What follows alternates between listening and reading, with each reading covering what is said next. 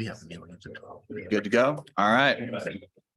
All right, we're going to call this meeting to order. We'll go ahead and start with a roll call. Kevin Alltucker, Here. Denise Diamond, Here. Mike Eister, Here. Austin Fullnagy, Here. Lisa Fragala, Present. Steve Mattel, Here. Zach Mulholland, I'll go ahead and have Zach excused. He'll be attending shortly. Sawyer Smith. Present. All right. All present, one excused. Next, we'll move on to land recognition. Buck Porter. Yep.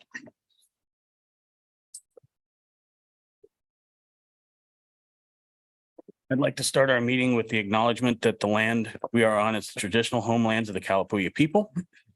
Kalapuyas were stewards of the very land for over 14,000 years before their way of life was forever disrupted. We start our meeting with humility and reverence for the original inhabitants, the Kalapuya. Thank you so much. Adoption of the agenda with flexibility. We do have John Wyckoff who's going to be speaking, and I was hoping to put him towards the beginning of the agenda. So do we got a motion to accept the agenda with flexibility? Second. Excellent. Do a roll call vote just to get that out of the way. Kevin Alltucker, Aye. Denise Diamond, Aye. Mike Eister, Aye. Austin Fullnagy, Aye. Lisa Fragala, Aye. Steve Mattel. Aye. Zach Mulholland. Not present. Still not. Yeah. All right. We have adopted the agenda. Responses to information requests. Is there any questions or comments in regards to responses to information requests? And seeing none, we will move on to public comment. So please note that statements in regards to statements from the audience, the board will not respond directly to any issues raised during public comment and will refer those issues to the president for appropriate action. People are given the opportunity to sign up for public comment, and you'll be given 3 minutes to speak. We've changed things up a little bit for those who haven't been in a while. We're allowing for students to speak first during public comment. We want to make sure that they have time for their studies and so forth. So we will start with students and then we will move on to the rest of the public comment, both virtually and here in person. So, yep, excellent. There's no students. Oh, no students in Yeah. person. Okay, good. Leslie Greer, followed by Rick Riordan.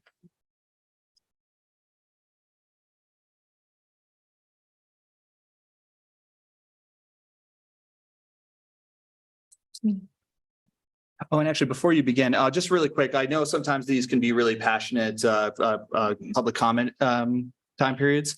I know it's really easy for us to want to applaud, but that unfortunately does take away from the time we have for public comment. So if you're able to do an ASL applause, that would be greatly appreciated, just so we can keep decorum. Thank you so much. My apologies. Go ahead. No problem. Members of the board, thank you for allowing me time today. My name is Leslie Greer, and I've worked at Lane teaching in the dental assisting program for 20 years, for the last 13 years as the program coordinator. I love teaching. I believe in community colleges and what they offer to students looking for transfer classes, skill training, or reentering the workforce after a pause. I too was a student at LCC as a high school graduate from 1971 to 81, graduating from our dental assisting program. Unfortunately, the changes I've seen at Lane over the years seem to be counterintuitive to our students well and providing the support needed by faculty to serving them well. Many students have relayed that they struggled getting help with registration, counseling, advising, financial aid, and the support we call Students First. Faculty and classified staff positions have been cut back, and those left are way overextended. Students aren't getting the support they need, and neither are the faculty. For example, as a coordinator of a CTE program, one of my responsibilities is program enrollment. Yet there's no help from the college for marketing and advertisement. Our promotional videos are at least 15 years old and desperately need to be updated. I participate in every high school career fair possible, MedSplash during the summer, and hands-on career day, but it's not enough. The budget allowed for marketing and advertisement is not nearly adequate for the needs of the college. According to a recent survey, faculty survey with 248 faculty participating, 45% of full-time faculty work 50 plus hours per week, and 19% of full-time faculty work 60 plus hours a week. I know I consistently work this much. It's not sustainable, and it certainly isn't in the best interest of our students to have this as an ongoing situation. They deserve our very best, and they can't get it when folks are burnt out. The shift that the college has made towards a higher percentage of part-time faculty is also a conflict for our Students First policy. Having worked part-time as a faculty member who also works part-time elsewhere, I know that both jobs require 3/4 time, not half. This is also leads to burnout and doesn't provide our students with the best we have to give them. To be sustainable, we need to provide the support that students need to get started, followed by incredible learning experiences to help them be successful, which will encourage them to share their experiences to bring others to our school. We need to support our students with adequate investments in advising, tutoring, and faculty, and current policies and decisions do not provide for this. As you move forward and consider decisions that affect our college, please ensure that we walk our talk and truly put students first. Thank you. Thank you. Next speaker.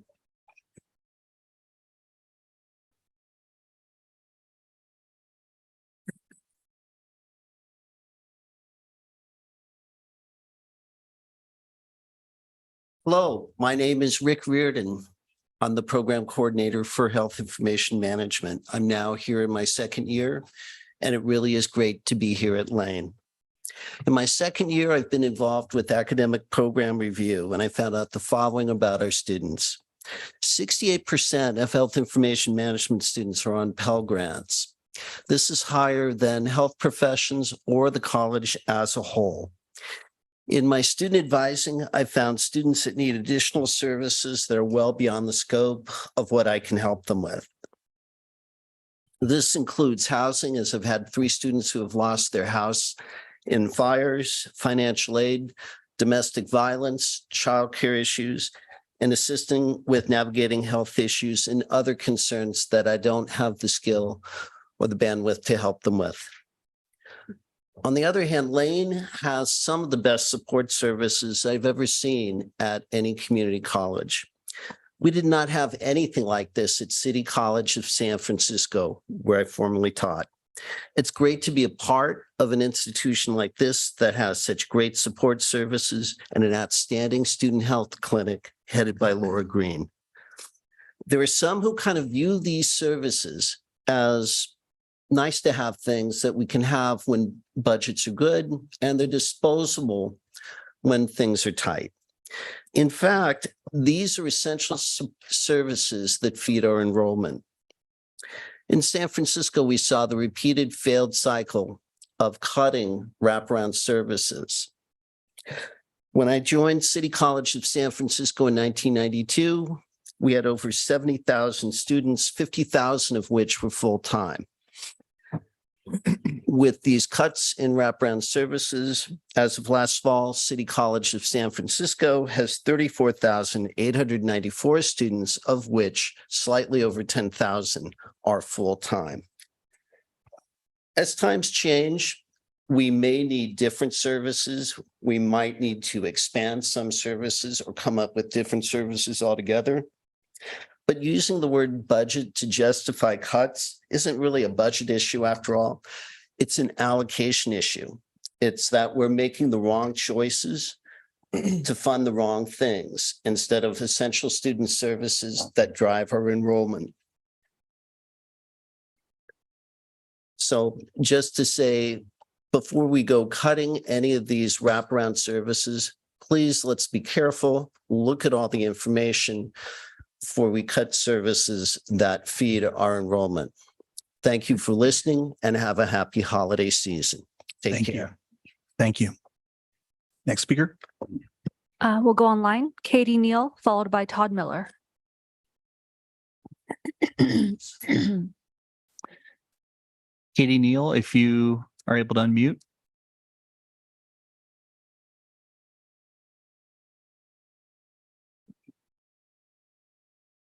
Katie Neal. Excellent. Perfect. Hi, Hi there, Katie. am I able to be heard clearly? Yes, we can hear you. Thank you so much.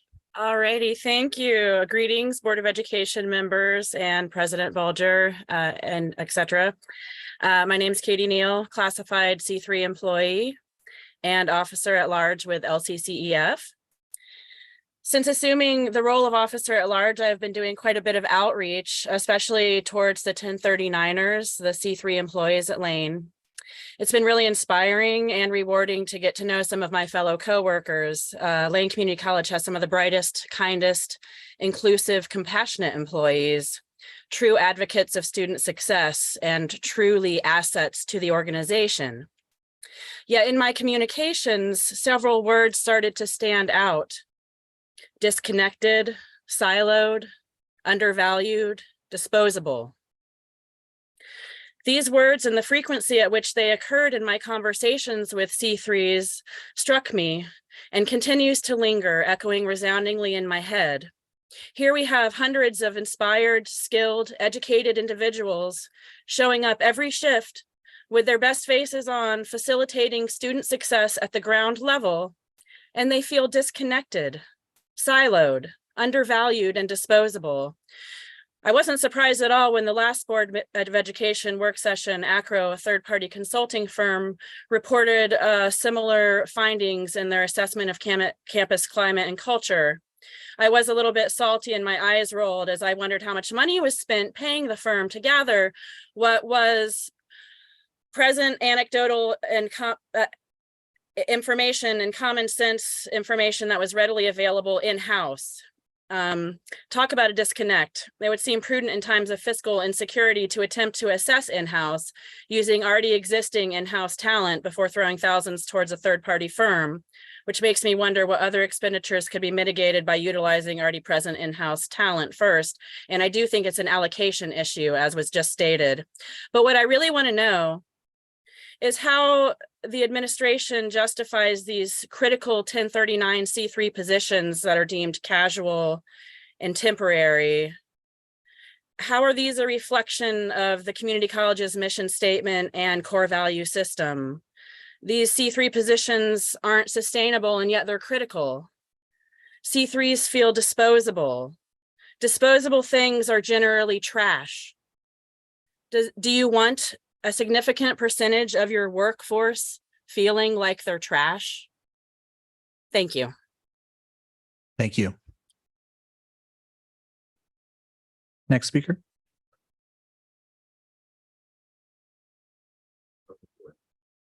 Todd Miller was that. Yeah. Okay. All right. What's the name? Todd Miller. Todd Miller. Todd Miller, if you're able to unmute. Perfect. Excellent. Yeah, Can you hear- hello, can you hear me? Yes, we can hear you. Thank you, Todd. Go ahead. Good evening. As stated, my name is Todd Miller, and I am making comment in regard to recent events experienced by my spouse, Dr. Christina Howard, of the LCC Physical Therapy Assistant Program. Besides being a husband to Dr. Howard, whom I've known for over 25 years and witnessed build up the Physical Therapy Assistant Program from scratch, including accreditation, graduating its first ever students, and bringing online and remote learning to rural students years before the pandemic, I speak personally from the experience of a public employee who serves under the direction of city councils and commissions, serves on a board of a statewide organization, previously served as executive director of an organization under a board of directors, and has represented union staff as well as now supervising union staff. Over my career, I worked with diverse groups of people, including industries, agencies, and interest groups who are not always aligned or in agreement with one another. And like Dr. Howard, I too have received national and statewide recognition and awards for my interpersonal and professional achievements. What compels me to speak publicly before you tonight is the recent harassment of Dr. Howard, Christina, has experienced in the form of an anonymous complaint about her character and, tragically, the aftermath of LCC's response to the harassment. Christina contacted me almost immediately upon reading the letter of allegations against her. Why? So she could process aloud what had just transpired and get on with her professional duties. Her first response was to laugh it off due to the sophomoric approach of the letter in every regard, delivered surreptitiously during non-business hours, outlandish characterizations and hyperbolic concerns, unsigned and attributed to production via artificial intelligence. My first response was, Christina, I'm so sorry. You should not have to endure that in a professional setting. My deeper concern was that the letter could not have been written by anyone in good mental state, as it lacked complete sense of judgment and frankly sounded a bit unhinged. Having recently gone through Alice training for active shooter response in the workplace, I begged her to seek public safety and administrative supports to identify the perpetrator and ensure that her welfare would be protected. In the days and weeks following the harassing letter, I learned from Christina that her fears were much more likely, that the letter was intended to be a form of intimidation against the union, as it identifies both her and the union president by name, and that instead of doing the responsible, empathic, and ethical thing, the college instead responded by the president forwarding the anonymous harassment onto you, the board, human resources soliciting more complaints through their channels instead of providing support to harassed staff, and LCC legal counsel fumbling through the process and stonewalling union requests for discovery of public records. Tonight, I am sad. Sad for Christina, yes, but sad for our community and this institution. She deserves better, faculty deserve better, and the community and students deserve better. I'm sad that LCC is a place that I now perceive to be anti-union, anti-instructor, anti-safety, and Please lacking finish your thought. ethical responsibility. Thank you. Thank you. Paula Thani, followed by Daphne Gabrielli.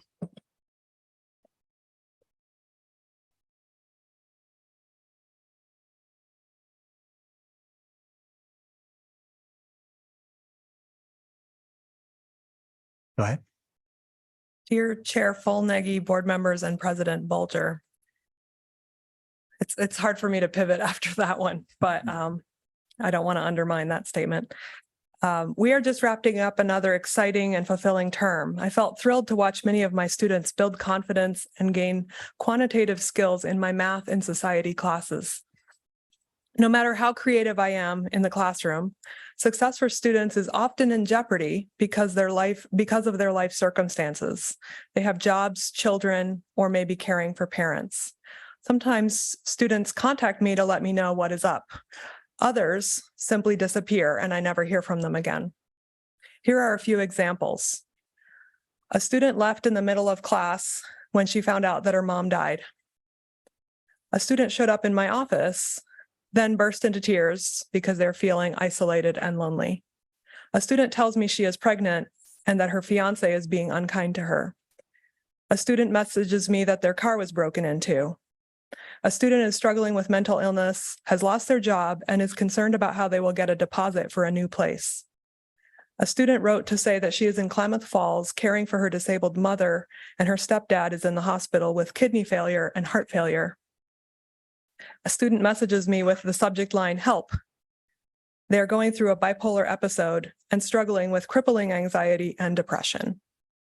A student is working full-time at Target in addition to their course load, and they struggle to complete homework assignments.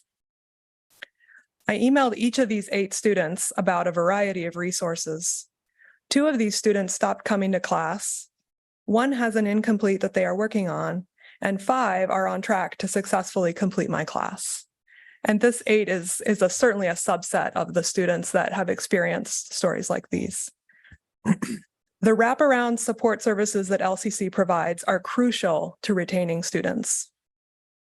A third of my students reported that they skip meals daily, and half said that they are hungry right now.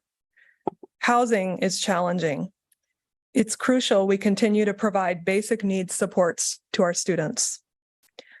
I'm so grateful LCC has the Mental Health and Wellness Center, the Health Clinic, the Rainy Day Food Pantry, as well as the EAB referral system for students who are at risk of losing their housing or in crisis. And there's a number of many other supports that I'm not even mentioning. Continuing to robustly fund these needs to be part of our strategy for retaining and supporting our students. These students are our future. Thank you. Thank you. Next speaker.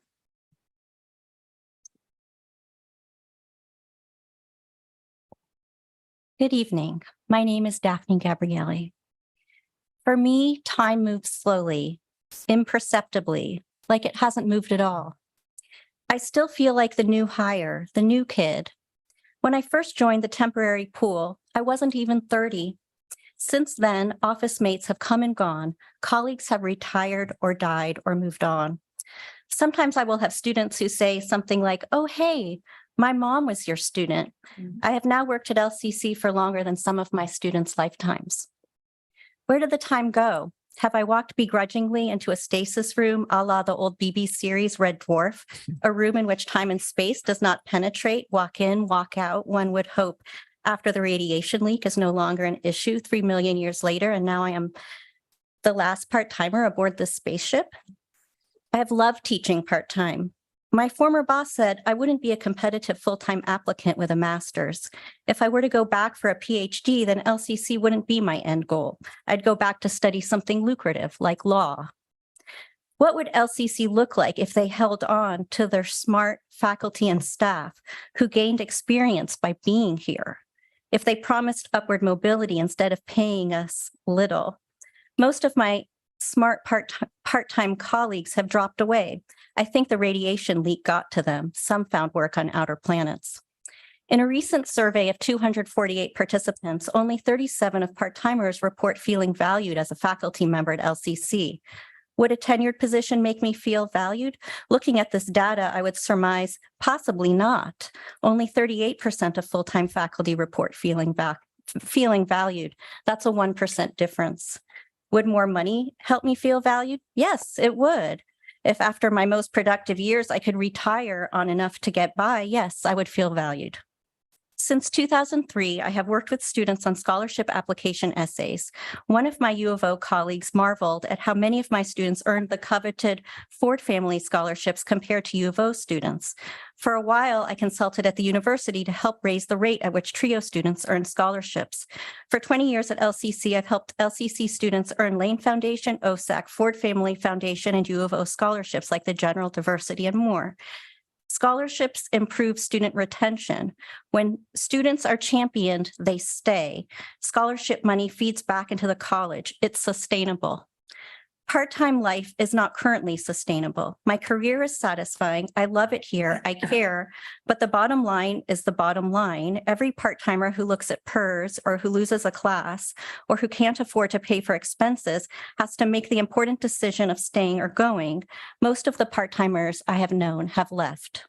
I feel satisfaction from teaching. It is enough to witness my students' progress, to bask in their successes. But if anything happens to me or my family, we won't be able to pay for it.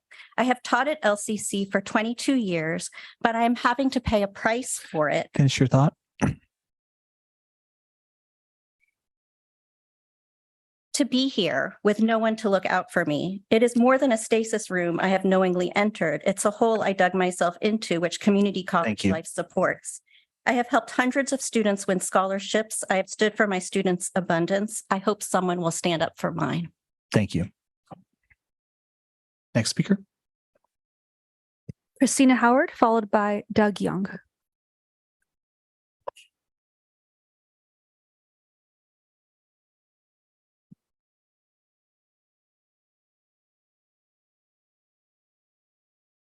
Esteemed Board of Education members, my name is Dr. Christina Howard, and I have the privilege of working as full-time faculty to develop an excellent and compassionate physical therapy workforce. I learned that you received an anonymous letter written with the assistance of artificial intelligence, reporting unsupported, verifiably false, defamatory criticisms of my job performance, my union activities, my conduct, and my character. It also included defamatory criticisms of our union president. I learned this anonymous letter was not shared with you directly by its unknown authors. I received this letter too. I found it on the floor just inside my office door on October 30th. I didn't report it to HR because, quite frankly, I never believed a letter like this would be taken seriously. Dr. Bulger received it and deemed it worthy of your attention, our highest governing body. After sharing its contents with my husband, as you learned, he urged me to go to public safety or HR. His concern, as you learned, was palpable. He cautioned me not to be too casual about its contents or its author's intent. He talked about historical active shooter events against faculty and asked me to seek some protection through Lane. I promised him I would do so. And then our HR director sent out 2 all-campus emails reminding the campus community of our formal complaint procedures and encouraged people to report allegations, even anonymously.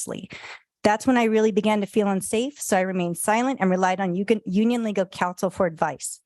The anonymous letter you received from Dr. Bolger is verifiably false. My interprofessional collegial work in and outside of Lane speaks for itself. In addition to my teaching and service at Lane, I have been recognized by national organizations for my contributions to the Academy in the areas of scholarship, advocacy, service, and leadership.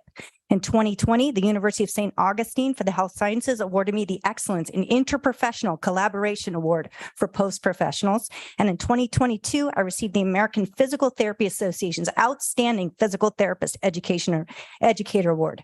Organizations such as the United States Track and Field Association and the Commission on Accreditation of Physical Therapy Education regularly request that I share my expertise as a contributing member within selected work groups and teams.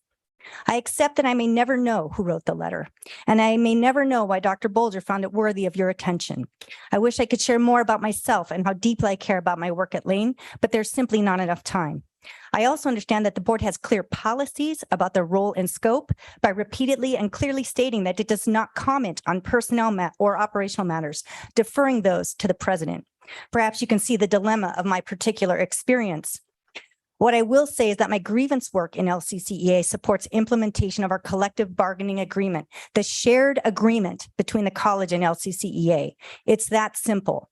My union role is to respond to concerns related to our shared agreement and respectfully address those concerns in situations where actions and behavior may fall outside of that agreement, and to do so with clarity, transparency, and full authorship.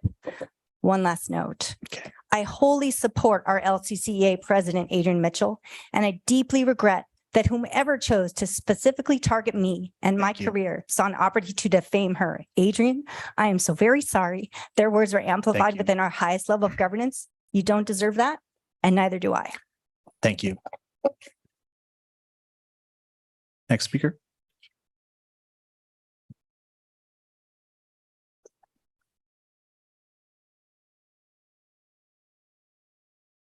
I'm gonna have a hard time following that, but my name is Doug Young, and I've been a faculty member at LCC for 12 years now, and I work over in chemistry. And actually, like you, I also serve on a board for a school in our local area. I know there's lots of very important issues being discussed here tonight, but I did want to introduce an important issue regarding the way that we're compensated in science. Currently at LCC, we award 1 teaching load credit at TLC for 1 contact hour with students if we're in a lecture setting. But if we are in a lab setting, we're only awarded 0.482 TLCs for that same time. So translated, that means that if I teach a lecture for 3 hours, I get paid for 3 hours. If I teach a lab for 3 hours, I only get paid for 2 hours. So you can imagine this is a major workload issue for us in science, because as a chemistry teacher, right, sometimes I teach in a regular classroom and sometimes I teach in a classroom that has a fume hood and a sink and chemical resistant countertops, but the work is the same. The only difference is what equipment is there. And depending on what room I teach in, I'll only get paid for 2/3 of my actual time, right? I mean, imagine in the real world, if you went to work for 8 hours, and depending on what room you worked in, you either got paid for that 8 hours or only 5.5 hours. If you're doing the literal same work in this office, that floor, this floor, it makes absolutely no sense, but that's basically what we do here at LCC. In both the lecture and the lab setting, right, a typical class is going to involve an introduction of the day's agenda, some direct instruction, what we're going to talk about, and then we will break out so that students can work more directly with that material, either in small groups or individually. And then I'll circulate the room, right, ask questions, answer questions, give advice, peek over shoulder, see how people are doing. But that's the same active learning that occurs both in the classroom and in the lab. There's no difference at all, really, functionally for us. This is why the American Chemical Society, which is our nationwide professional organization for chemists in academia and in industry, recommend for their 2-year college programs that, this is just the quote, that contact hours are defined as the actual time spent in direct supervision of students in a classroom or a laboratory. Each laboratory contact hour should be assigned the same contact hour value as a classroom hour. Again, at LCC, we do not meet those guidelines because we only offer 2/3 compensation for the same hour of work if it's called lab. Many colleagues many colleges in the Pacific Northwest are awarding that 1 TLC per contact hour, regardless of whether it's lecture or lab, because it accurately represents our workloads. It follows those ACS guidelines. It aids in the retention and recruitment of faculty, and it just shows respect for the amount of work that science faculty actually do. I very much look forward to the time when LCC does the same. Thank you so much for your time. Thank you. Next speaker. Jen Farrow, followed by Amy Beasley. My statement is longer than 3 minutes, so my colleague Amy Beasley has agreed to read the rest of it. Amy, are you here? Could you stand by me, please? Give 3 minutes. Hello, esteemed board members. My name is Jen Farrow, and I'm a librarian here at the college. I'm here to talk to you about our library, the heart of campus. After September 27th's board meeting, we in the library breathed a sigh of relief. We had previously been informed that our 2 part-time librarian positions were on the chopping block. When this board voted to put a stop to administration layoffs, we thought our librarians were safe. But then, just before Thanksgiving, the administration informed the 2 librarians that their contracts would not be renewed. One of them was only hired 1 term ago. Could our needs have changed so greatly in 1 term? These 2 librarians covered a total of 16 hours per week on the reference desk, interacting with students and helping them with their research tasks. Of course, the full-time librarian staff the reference desk too, but now the full-time librarians will have to cover those additional 16 hours that we expected to spend on other duties like ordering and weeding books, collaborating with faculty, serving on campus committees, teaching students, arranging library programming, administering library programs, coordinating the OER program, liaising with database vendors, creating websites, reaching out to students and faculty, and all the other many things we do every day to make sure that the library stays vibrant and welcoming to everyone, as well as a productive place to do research. I have been here since 2005, and I see that the cumulative effect of all the individual cuts over the years is taking a heavy toll on the effectiveness of the library. Our materials budget, the money that we use to pay for books and other research materials, now stands at roughly half of what it was when I arrived. Every time the college's financial picture looks less than rosy, we are asked to cut a little more. The individual cuts seem minor, but they add up. And I notice that once cuts are made, the funds are never returned, even when the college is in flush times. These cuts are a direct detriment to our students and faculty members' ability to do research. I'll turn it over to Amy.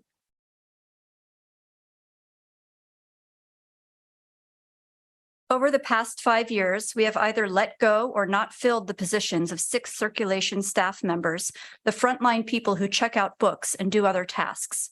2 full-timers left and were not replaced, and together they covered 70 weekly hours of circulation desk service. Now there is only 1 circulation staff member left. We have repeatedly cut our hours, and we lowered the gates on one side of the library. Coming from the east side of the center building, the library looks permanently closed, even though we were open. We just don't have enough staff to keep that side open anymore. It is truly terrible. With the departure of our 2 part-time librarians, we will have to cut reference desk hours too. It is fair to say that the library staffing situation has reached a crisis point. Not even 10 years ago, the college spent millions of dollars of bond money on a newly designed library, and it does look beautiful. But why have such a beautiful facility and then underfund it and understaff it to the point that we repeatedly have to cut into the red meat of the library's mission and services?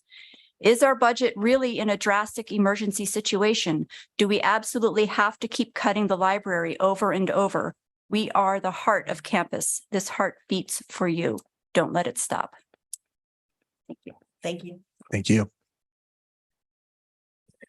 Next speaker. Jessica Alvarado, followed by Jerry Meanigan.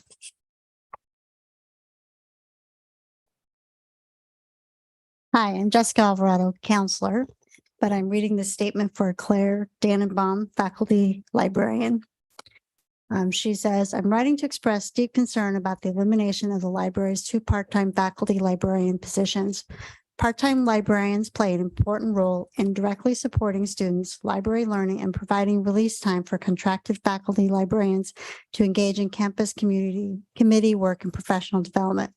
Reducing part-time librarians directly impacts coverage on the research help desk. Current part-time positions cover over 1/2 of all reference service hours, providing in-person one-on-one contact with students in need of research help and online using chat and email. Part-time librarians promote literacy and learning and serve on search committees, program reviews, strategic planning, efforts in shaping the library's culture. Contracted faculty librarians are on academic year contracts. Without any part-time librarian position, there is no contractual coverage during the summer term. Paying faculty overload will cost substantially more. Furthermore, there does not appear to be any real budgetary rationale for eliminating part-time librarians. As of November 20th, when our staff was informed of reductions, there was still no comprehensive library budget uploaded to Banner, and there are many blank budget lines. The budget process on our campus remains ineffective, opaque, and reactionary. This impedes our dean's understanding of the big picture of how to manage any budget reduction with continued service. All of this against a backdrop of state funding released in October, indicating there's no glaring budget deficit at all. On the contrary, there appears to be a $4.6 million surplus in general fund due to $1.335 million in additional state funding, $450,000 in additional tuition revenue, and $2.8 million in a new reserve fund. With improved enrollment, our budget will continue to improve in the next budget cycle. Why reduce the library now? The recent reduction continues the devastating loss of library staff positions over 10 years, which has severely impacted our services.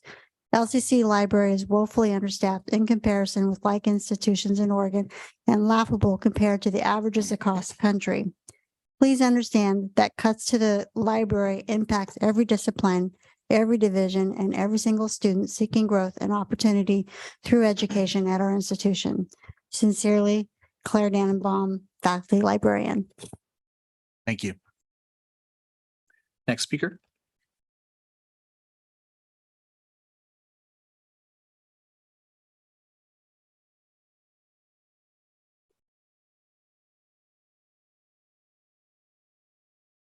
Good evening, President Bolger, Board Chair Phil Nagy, and members of the LCC Board of Education.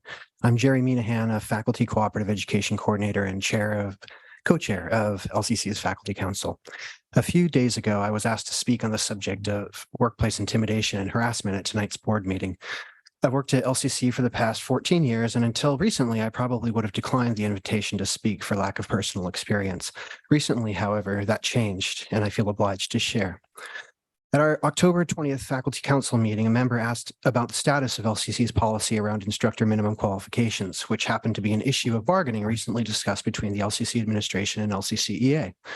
Not knowing much about this topic, my fellow co-chair and I did a bit of research and found a number of discussions on this topic within the past few years at Faculty Council meetings. Wishing to follow up with the Faculty Council member who initially inquired, we included this topic on our November 3rd agenda, including links to a number of the previous meeting agendas and minutes where those discussions occurred. And it's worth mentioning that they occurred in the presence of a number of college administrators.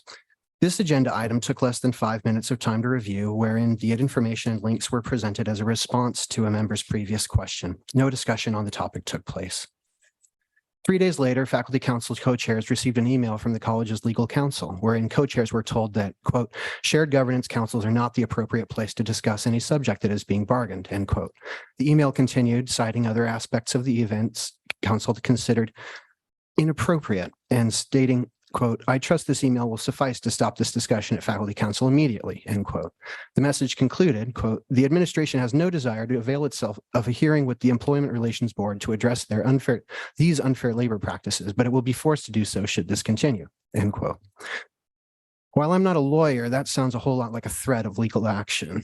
And as though a member of the president's cabinet is trying to silence speech that is not only constitutionally protected, but enshrined in the Faculty Council Charter and protected by Article 39 of our collective bargaining agreement.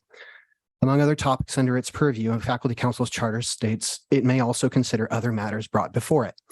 Nowhere in COPS, the LCC Governance Manual, or the Oregon Public Employee Collective Bargaining Act does it say that issues of bargaining cannot be discussed at shared governance meetings.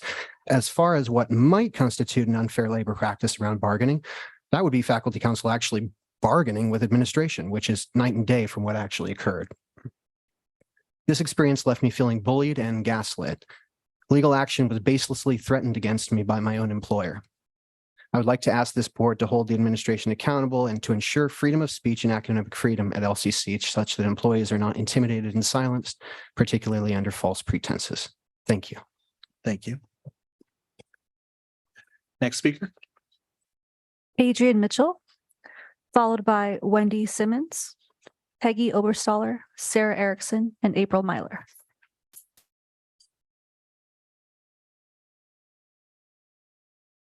Board of Education members. We're speaking as representatives of the part-time and full-time faculty about issues of concern to faculty and to the public. We're reading this statement written by our LCCEA elected officers, in addition to myself, Wendy Simmons, Vice President at Large, Peggy Oberstaller, Vice President for Part-Time Faculty, Christina Howard, Vice President for Career Technical Faculty, Kate Sullivan, Vice President for Transfer Faculty, Rosa Lopez, Vice President for Learning Advancement, Erin Bartley, Secretary on leave for fall, Sarah Erickson, Interim Secretary for this term, and Wendy Rawlinson, Treasurer. We are speaking today to unequivocally affirm the values of academic freedom, a bedrock principle for higher education in a healthy democracy. To emphasize the intrinsic connection between academic freedom and the role of higher education in promoting civic engagement, an educated citizenry, and a vibrant participatory democracy in our communities. To recenter the goal of advancing social justice and equity in campus discourse and practices. To unwaveringly protect the role, responsibility, and right of faculty to teach diverse, comprehensive, culturally accurate history and narratives, including critical race and gender theories and restorative justice concepts. And to develop and teach curriculum that promotes understanding of the experiences and needs of historically oppressed communities, as well as systems of oppression. To make salient the dire need for checks and balances, both within and beyond the walls of our institution. And most importantly, we call upon you, our publicly elected Board of Education representing the people of Lane County, to affirm these values. We ask you to take action to correct the course of our institution as it increasingly strays from principles that are fundamental to our college, our broader communities, and our democracy. We are concerned about policies enacted in states such as Florida and Texas, which undermine academic freedom and the role of higher education in our democracy and devalue and oppress women, people of color, and LGBTQIA+ communities. These policies recall those of the McCarthy era, which ultimately spurred the U.S. Supreme Court to recognize academic freedom as a special concern of the First Amendment. To illustrate our concerns, we offer a comparison of concerning parallels we observed between recent events at LCC and policies enacted in Florida. We seek to raise your awareness of these issues, and we ask you to carefully consider the implications for the communities of Lane County whom you represent. And we ask you to take action to intervene. Thank you. Hi, I'm Wendy Simmons, and I'll be reading the next section. We'll be sharing concerning parallels between policies that dismantle public higher education and undermine democracy in Florida and recent events at LCC. We'll share comparisons of legislative policies and practices which comprise Florida's agenda to dismantle public higher education according to Shorman and Gattens, of which I'll refer to as Florida's policies and practices as I read through this chart, with recent parallel events on Lane's campus. The first of Florida's policies and practice is defunding of diversity, equity, and inclusion efforts. And Lane's most recent parallel events are removal of classified professional from Office of Diversity, Equity, and Inclusion in early fall 2022, leaving the office without staffing. Discontinuation of provision of weekly cultural competence professional development opportunities open to all employees, which are required for all higher ed employees by Board Policy 520 and State Law October 2022. AVP of Diversity, Equity, and Inclusion pushed to retire summer 2023, leaving the office with no employees nor any plans for their replacement. Second, Florida's policies and practices of bullying against educators supportive of LGBTQ+ communities, women and gender studies, and racial equity. And Lane's recent parallel events are unlawful targeting of 3 racial discrimination complainants for layoff after a long history of their experience of disparate treatment. administration efforts to lay off faculty of color outside the contractual seniority process after faculty experience retaliatory language from their direct manager only heightens this concern. Third, Florida's policies and practices of undermining voting rights and public oversight. And Lane's recent parallel events are: the official 2022 to 2027 strategic plan includes the goal of foster civic engagement and prepare students to live and work in a diverse and global society.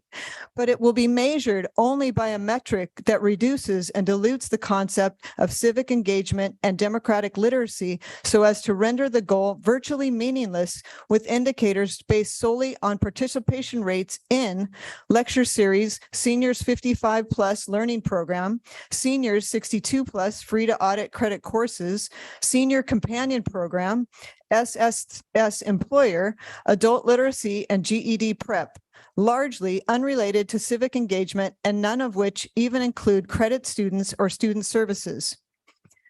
And presentation of a budget reduction package to Board of Education for a vote without any public posting of its actual program and service cut contents, asking the board to rush to pass the package without sufficient information about revenue and without public notice of the actual cuts and without publicly presented data or analysis to demonstrate the need for those cuts in programs and services. Thank you. Thank you.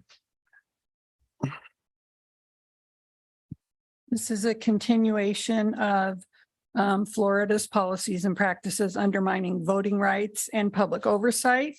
And Lane's recent parallel events continued September 2023, reducing the role of the board in public oversight of the institution through administration rhetoric that reframes essential board decisions as operations, reducing the democratic function of a publicly elected board by influencing board members to abdicate decision-making authority. This is ongoing.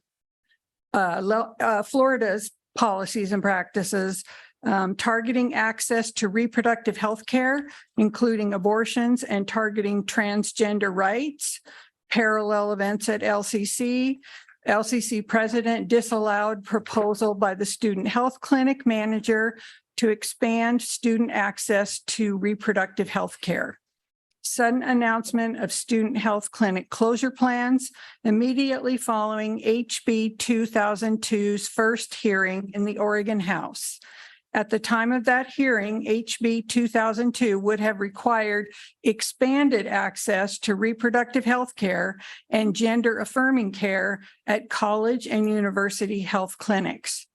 The closure announcement also constituted an unfair labor practice and violated the collective bargaining agreement.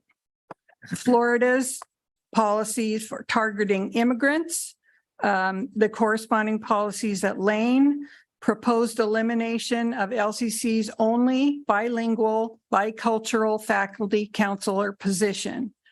LCC president declined to remove BP 5015 and BP 5020 from the board's consent agenda when asked by the spokesperson for the faculty in January 2023, who expressed concerns that the policies included offensive and discriminatory language such as alien, were inconsistent with the Board of Education sanctuary resolution, the spirit of SB 1560 passed by the Oregon legislature, Higher Education Coordinating Commission's equity-driven policies to expand access to students regardless of immigration status, and did not make explicit that in-state tuition is assessed for undocumented students, consistent with Oregon's Tuition Equity Act.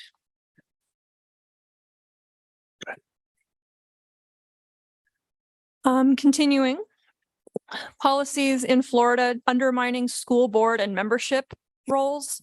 Administration seeks to implement requirements that board members notify the president of any visits or contacts with campus, reinterpreting the role of the Board of Education to one that functions to support the president rather than represent the people of the district and provide public oversight.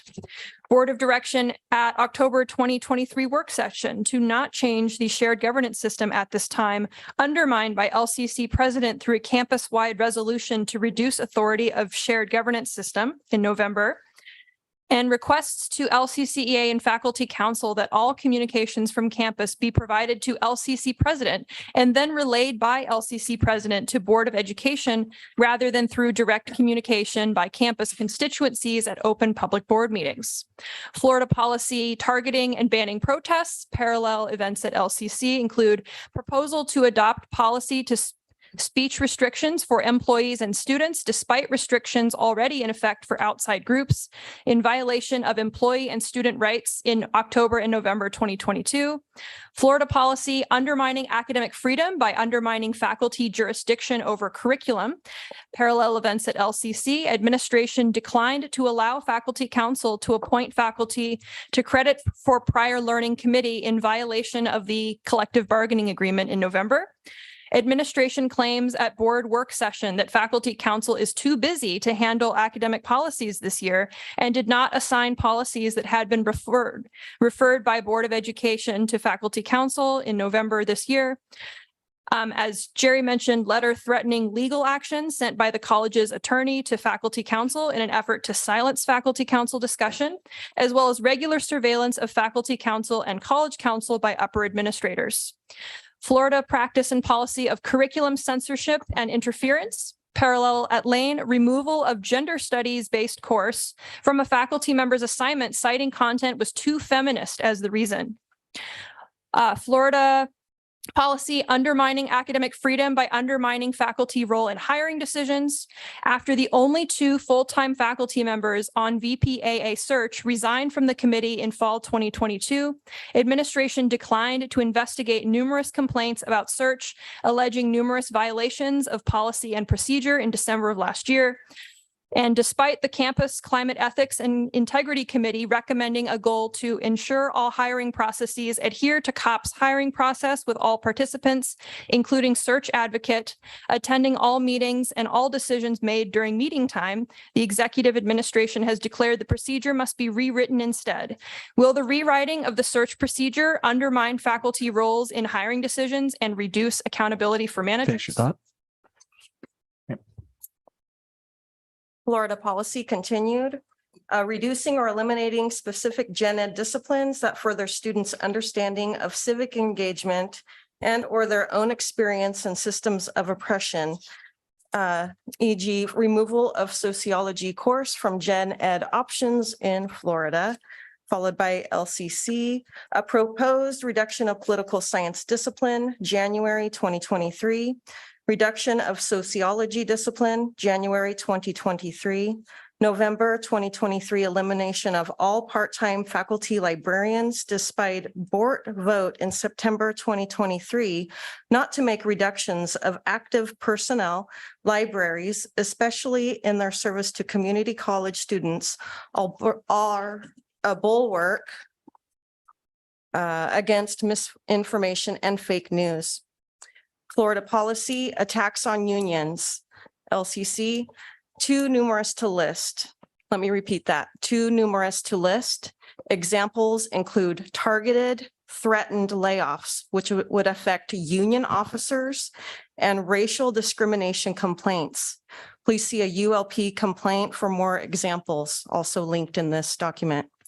Unlawful dissemination of an anonymous, false, and defamatory complaint about 2 high-ranking union officers by the college president to the Board of Education. Florida policy, additional items from the Florida and Texas article include undermining academic freedom by undermining tenure. Questions. Is this on the horizon for LCC? For instance, will disparaging comments about tenured faculty become commonplace at LCC? Will contracted faculty status in the collective bargaining agreement be misrepresented? We will provide this document to you with our citations. Thank you for your consideration and for your service to the people of Lane County. Again, we seek to raise your awareness of these issues, and we ask you to carefully consider these implications for the communities of Lane County whom you represent. And we ask you to take action to intervene. Thank you. Kevin Steves, followed by Eric Kim. And let the record show Zach Mulholland is present. Thank you. We're just in public comment right now, Zach.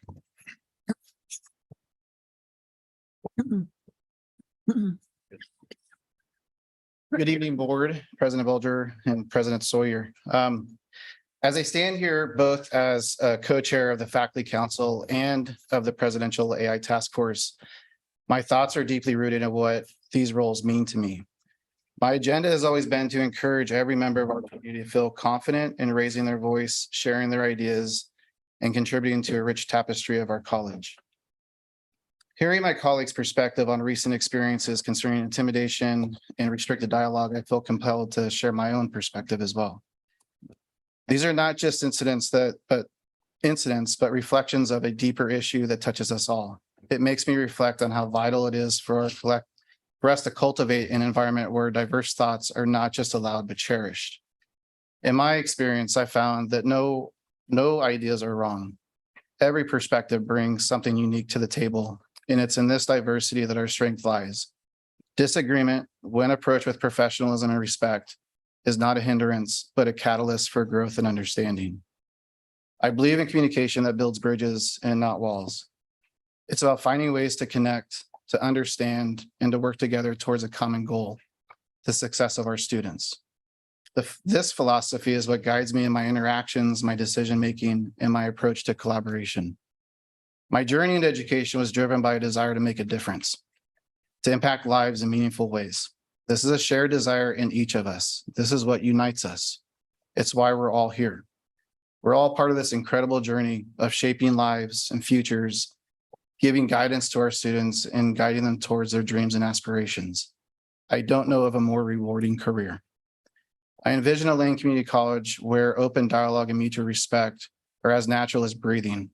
Perhaps through this dialogues, workshops, or even informal gatherings, we can get to learn about each other, about effective communication, and about building a supportive community. As I stand here today and listen to testimony, I'm reminded that our strength lies in our collective spirit, in our shared commitment to our students, and on our unique yet united voices. Let's nurture an environment where intimidation finds no foothold, and every voice is a valuable part of our college's story. Thank you. Thank you.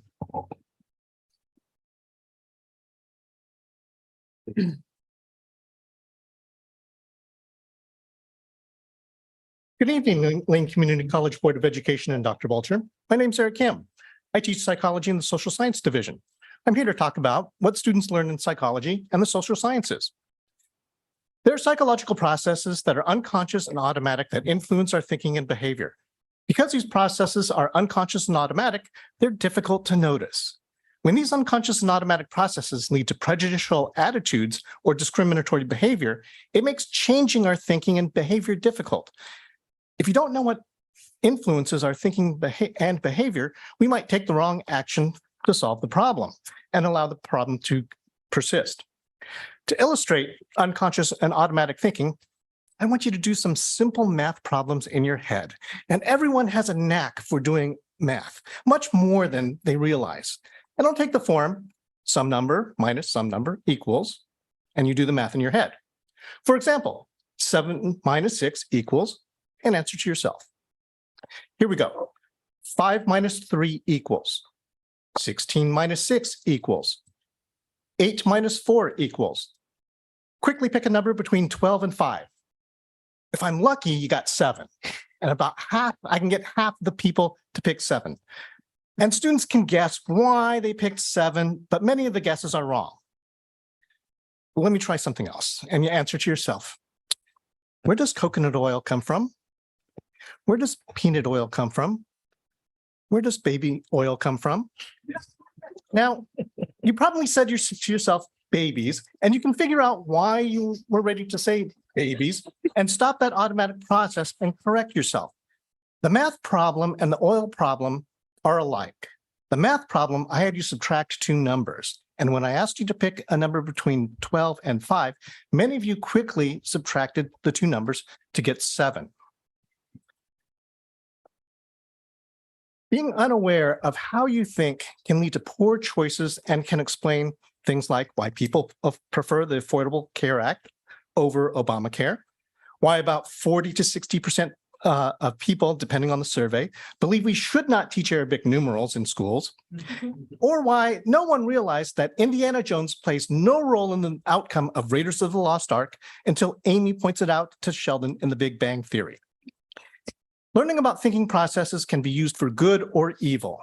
I encourage my students to use it for good to help improve decision-making, communication of public policy, and engage in civic awareness for such topics such as homelessness, climate change, voter fraud, or the lack of it, and prison reform. These are the topics that social sciences study. Thank you for your time. Thank you. For the record, I thought 7. Anyway. Is that it? That's it. Excellent. Thank you, everyone, for your participation in public comment. All right, next will be President's Report. Dr. Bulger. Good evening, everyone. I begin my report with gratitude to the Board of Education for your promotion of Lane Community College and your dedication to the mission of this great institution. In tonight's meeting, you will have an opportunity to discuss and support improvements to Building 16, equipment used in workforce training, student financial support, and an investment in student retention. Our additional goal is to keep you informed about the FY24 budget to assist you in your decision-making as we progress throughout the year. As always, I appreciate your commitment to LCC and the students we serve. I want to provide a few additional updates on the institution's efforts in enrollment growth, fiscal condition, and institutional culture. Early indications of enrollment patterns are that LCC will have an enrollment increase in winter term 5 weeks before the start date. State enrollment reports for the fall term indicate that LCC is one of 12 community colleges experiencing an enrollment increase, though overall enrollment is not yet at pre-pandemic levels.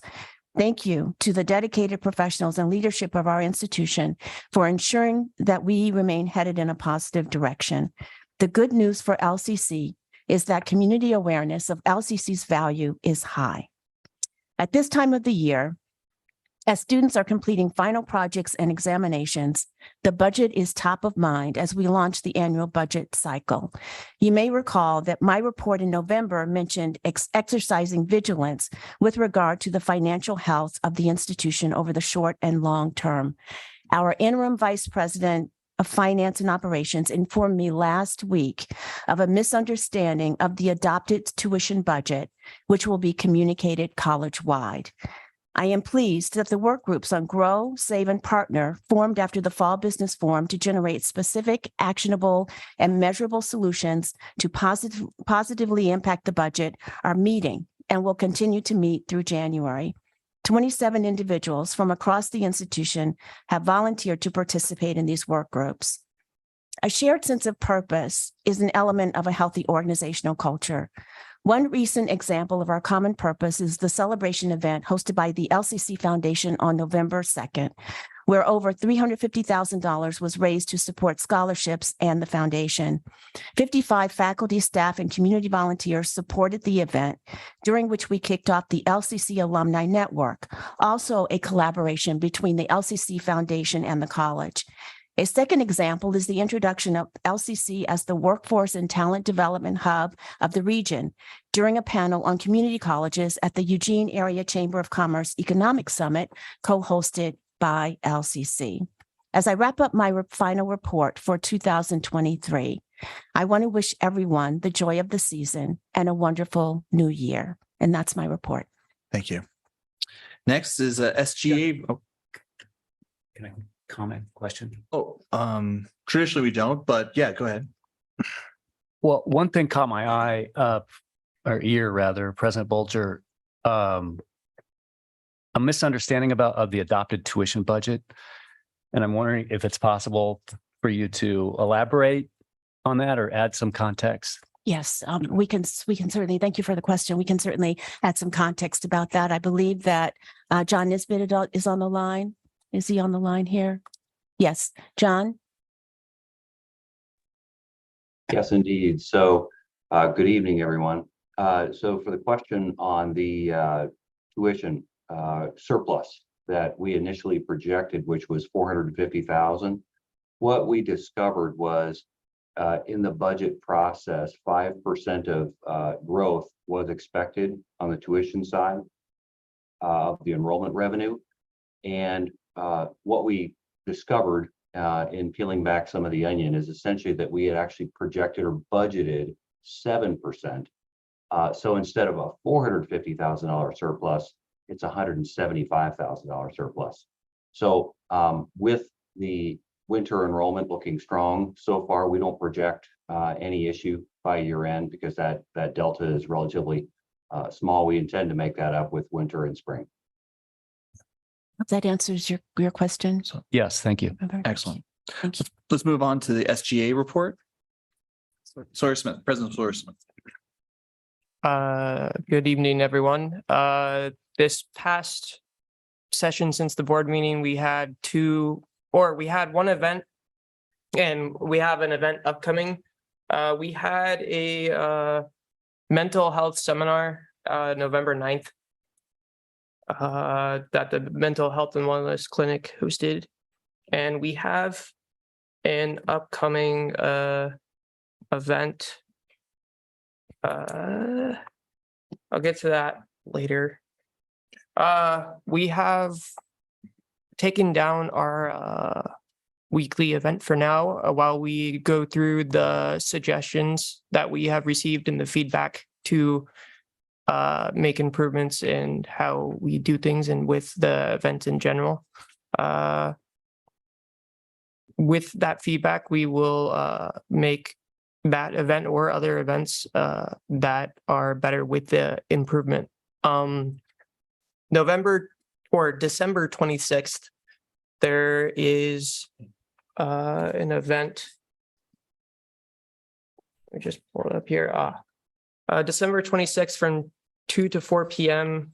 It's the first day of Kwanzaa 2023 celebration. There will be live music and performances and a panel discussion with local African American community members. It's 630 Main Street, Springfield. Can't really think of anything else. I believe we're all pretty tired from finals and whatnot. Apologies for my fatigue. That's it. Excellent. Thank you for all your hard work with student government. Thank you. All right, next is the consent agenda. Is there any removals out of the consent agenda? Denise. Let me see if I understand correctly. The board calendar includes two different options, right? Which identify a retreat date. Okay, so I have a conflict and I'm just asking if that be pulled and we have more discussion about when the retreat is. Absolutely. Yeah, we can pull that so that we can further discuss it. Thank you. Steve. I have a quick question on item C, so I'd like to pull it. Excellent. Item C. So we're pulling item C and item D. Anything else that needs to be pulled? Seeing none, can I get a motion to the consent agenda with C and D removed? So move. Do I hear a second? Second. Excellent. We'll go ahead and do a roll call vote just for this consent agenda. Go ahead. Kevin Alltucker, Aye. Denise Diamond, I think that was an I aye. heard her say aye. Yeah, aye. Yeah. Mike Eister. Aye. Austin Volnaghi. Aye. Lisa Fragola. Aye. Steve Mattel. Aye. Zach Mulholland. Perfect. And item C and D, we'll move it down to the action items. But before we approach those items, if we can actually go ahead, just so because we have a speaker who has to travel, if we can go ahead and still look at resolution number 691, the Oregon Opportunity Grant Resolution. Brett, would you like to introduce our speaker? We'd be happy Dr. Balcher, to yeah, introduce okay. Dr. our Balcher, speaker, a well-known friend of Oregon Community Colleges. We want to introduce John Wyckoff, and I think Brett will certainly be supportive of his presentation. John, welcome. Yes. Well, thank you. And are you bringing up my great? Thank you for having me, and I'm excited personally about the work that you're going to do tonight on this resolution.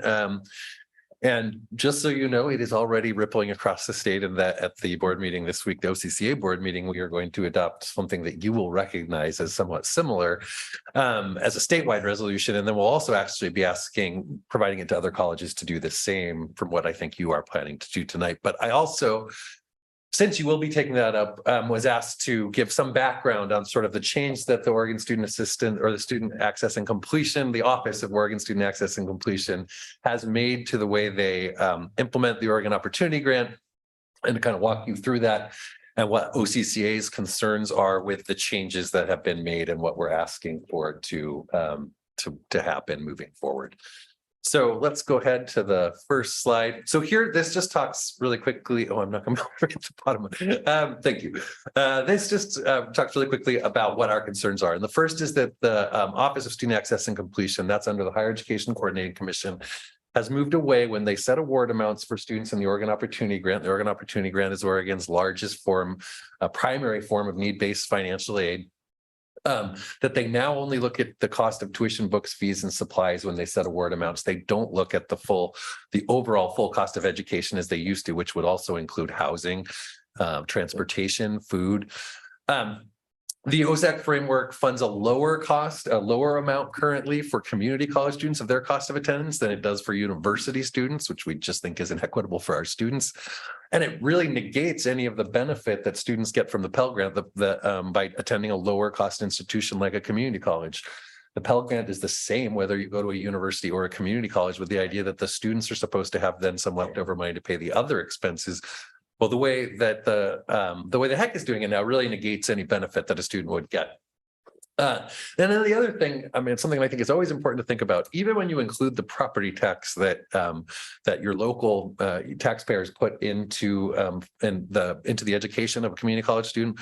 When you add that and the state money, the state in total public funds is usually spending about 60 cents on the dollar for a community college student's education as they are for a university student's education. So there are already inequities baked into the cake, excuse me, and that's when you include the property tax. So we're comparing just the state appropriation to the universities to property tax plus the state appropriation, and that our students get about 60 cents on the dollar, even though they have the highest needs.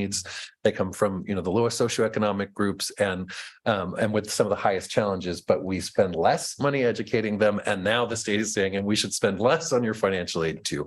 So that really sums up what our concerns are. And I just want to walk you quickly through kind of some of the numbers. And what I'm going to show you here is really based on this framework that OSAC has adopted. They call it the ideal framework for financial aid. We do not think it's ideal. And they're currently in sort of what would be the first phase of it. We're asking them to not continue to implement it. And I'm going to show you what it would be like if they fully implemented it. And it just gets worse as you go. So anyway, what we're asking for is to base award amounts on total cost of attendance as they used to. That at minimum to maintain equity in the cost of attendance funding for students at lower cost institutions like community colleges. And currently they still have a rule that a student, if they're going to get financial aid in the spring or winter, in the winter or spring, has to be attending in the fall. Well, that's really unhelpful for an awful lot of our students who come in when they're laid off, not on a traditional academic schedule. Our students, as you know, apply year round. And so that has been, and this really came out of the last major recession and is, they have been waiving the rule every year. We are urging that they just permanently rescind it because, we don't think that it should be under a waiver that our students get served at all, that should just be part of the system. So anyway, next slide. Here you can see this is where we are today, right? We are currently doing, and this was the goal of HEC, to fund 75, if you move towards the bottom there, 75% of the cost of tuition and fees for community college students and for Oregon Public University students. So this tuition, fees, books, and supplies. That only, if you jump there to the bottom, funds 45% of our cost of attendance, 47% of a university students, of our students, and 47% of a university students' cost of attendance. Now that gap's not huge, right? It's not equal, but it's not huge. The other thing, if you notice, going all the way to the top, The total cost of attendance for a community college student is 25,000. For a university student, it's about 31,000. That's about a 20% difference.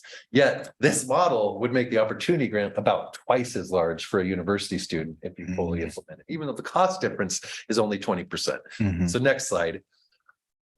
This is if you went to their goal of 100% of tuition, books, fees, and supplies. Well, then that gap gets even bigger, where now you're funding 49% of a community college student's cost of attendance and 53% of a university student's cost of attendance. And if you look there, that's kind of the balance left over to students, that red line above the 200%. That's what students would kind of have to pay out of pocket each year. And even though you're going to an institution that costs half as much, your out of pocket costs are only $2,000 difference. Now, next slide. Their ideal framework also calls for giving the Oregon Promise to university students as well. And you have to remember that most of our students don't get the Oregon Promise. It's only 4.1% because most of our students come to college after being out of high school for more than 6 months.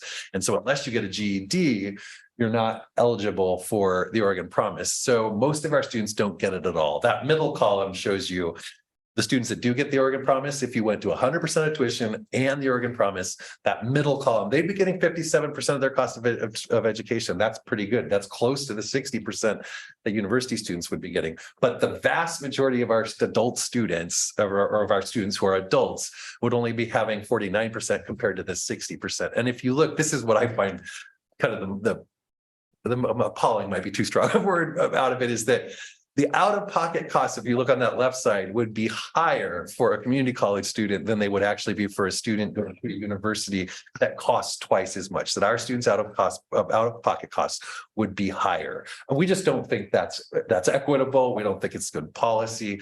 We haven't gotten this far, and I don't think that it will get implemented this way. But we are urging the commission and the legislature to go back to where we're doing full cost of attendance, so that those numbers at the bottom are all the same, so that it's not 49, 57, and 60. It's the same wherever you're going. And part of the reason for this change, that part of the rationale is, well, we wanted students to have the same purchasing power. And that's why we only look at tuition, fees, books, and supplies. But I'm telling you, like, an 18-year-old with no dependents starts with a higher level of purchasing power than, say, a single mom with 2 kids, who starts already in the hole with costs, with childcare, with all of those things. They do not start with equal purchasing power. It's nonsensical to say so. And that is why we want them to look at full cost of attendance again. So they really are looking at the challenges and the barriers that our students actually face, because housing has really eclipsed the cost of tuition anymore if you look at what students are paying around the state. I don't think there's a next. Oh yeah, so here actually, this is a last really important piece of the puzzle.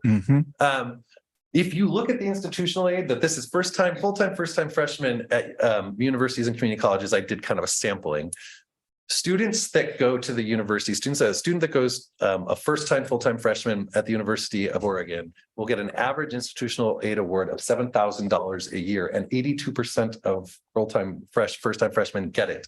At Lane, that's $3,100 a year for 16% of your students. And the reason for that is universities, particularly the big ones like U of O and OSU, over the last 10 or so years have moved to kind of a more private tuition model to some degree, where discounting the price of tuition is a bit higher, and then discounting using the fact that you have a lot of kind of students paying full freight, that you can then turn around and use those students paying full freight to discount for a lot of other students through institutional aid. You don't have nearly as many students who don't get aid, who can pay that, who could pay double the cost of what they're paying now. So it's just not a structural reality for community colleges that they have built institutional aid into the cost of the tuition. You don't have the elasticity in your tuition pricing that universities have to do that. And so not only are our students, would they be getting less in the opportunity grant, they're already getting far less in institutional aid, which really just reinforces those inequities that I was talking about, that go from everywhere from how much we spend on their education to their financial aid, and then to their institutional financial aid. I think that's my last slide. And so I just was hoping to give you some kind of continued rationale and understanding for, I think, the resolution that you're looking at tonight, which I think is a great step forward. And we want to continue to push the Higher Education Coordinating Commission to go back to cost of attendance and to look at what the actual barriers are for students that go well beyond tuition and fees. Yeah. And let me just briefly state that I really appreciate OCCA working with Brett and us with in regards to this resolution. And let me also just give credit, Steve, this all started from that email that you sent me, putting this on my radar, which then allowed for me to have conversations with leadership in OCCA. And it has now led to this resolution before us, the resolution on Friday that OCCA board is going to vote on, and other community colleges across the state want to vote on this in either their December meeting or their January meeting.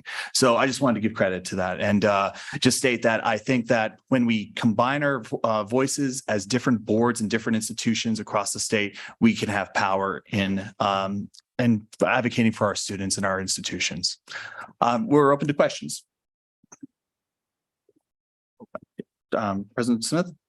So I know with Oregon Promise, at least you have to renew it each year. I'm fairly certain that other of these policies, you have to do the same thing. Does that graph chart for the continuance through all years of community college and university, or does it only count for if they have it for a certain term or a certain year? I'm not sure I'm understanding the question. So yeah, I'm sorry. I'm not quite getting the question. Okay, certain grants, you have to renew them for each year or sometimes even for term. Was that graph for per term per year basis or per overall It's per attendance? year. Okay. That's an annual. Great. You have a motion to? Yeah, pass this? Oh, I move that we adopt resolution 691. And I'll second. excellent. It's been moved and seconded. Any further discussion? And does Mike, do you want to speak on your motion? I think you said it all. Excellent. Steve, anything you want to say? All right. I'm going to go ahead, actually, any objection to passing this resolution as opposed to a roll call vote? Seeing no objection, it passes unanimously. All right, next, we will go back to the consent agenda, item C. Steve, I believe you took this out of, yep. Yeah, this is just a quick question. I just wanted to get clear on the funding source. There was somewhere in the documentation, at least to me, there was a suggestion that this was a grant funded contract, but I wasn't 100% clear. I just wanted that clarity. Yes, I think Grant can speak to that. Yeah, this is coming. Not that's coming out of your pocket. Right, it's coming out of my grant.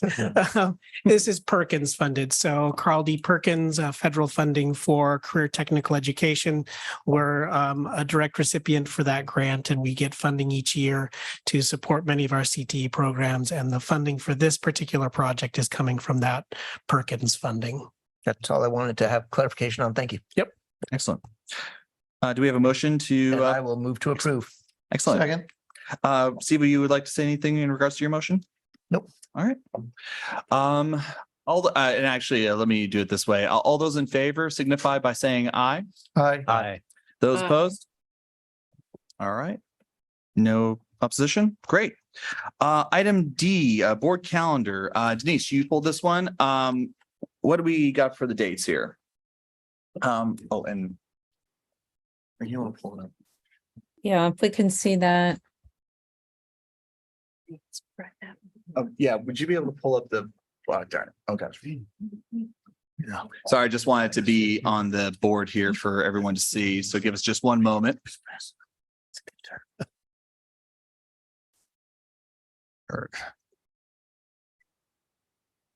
How about, well, we kind of need him for the other resolution too. Sorry, Denise, give us just one moment here. It's okay. I'm trying to pull it up also. Excellent. Don't lock your computer, Brett. We're actually looking at the board calendar. If you could pull that up so that we can all see see the dates here. The recommended one.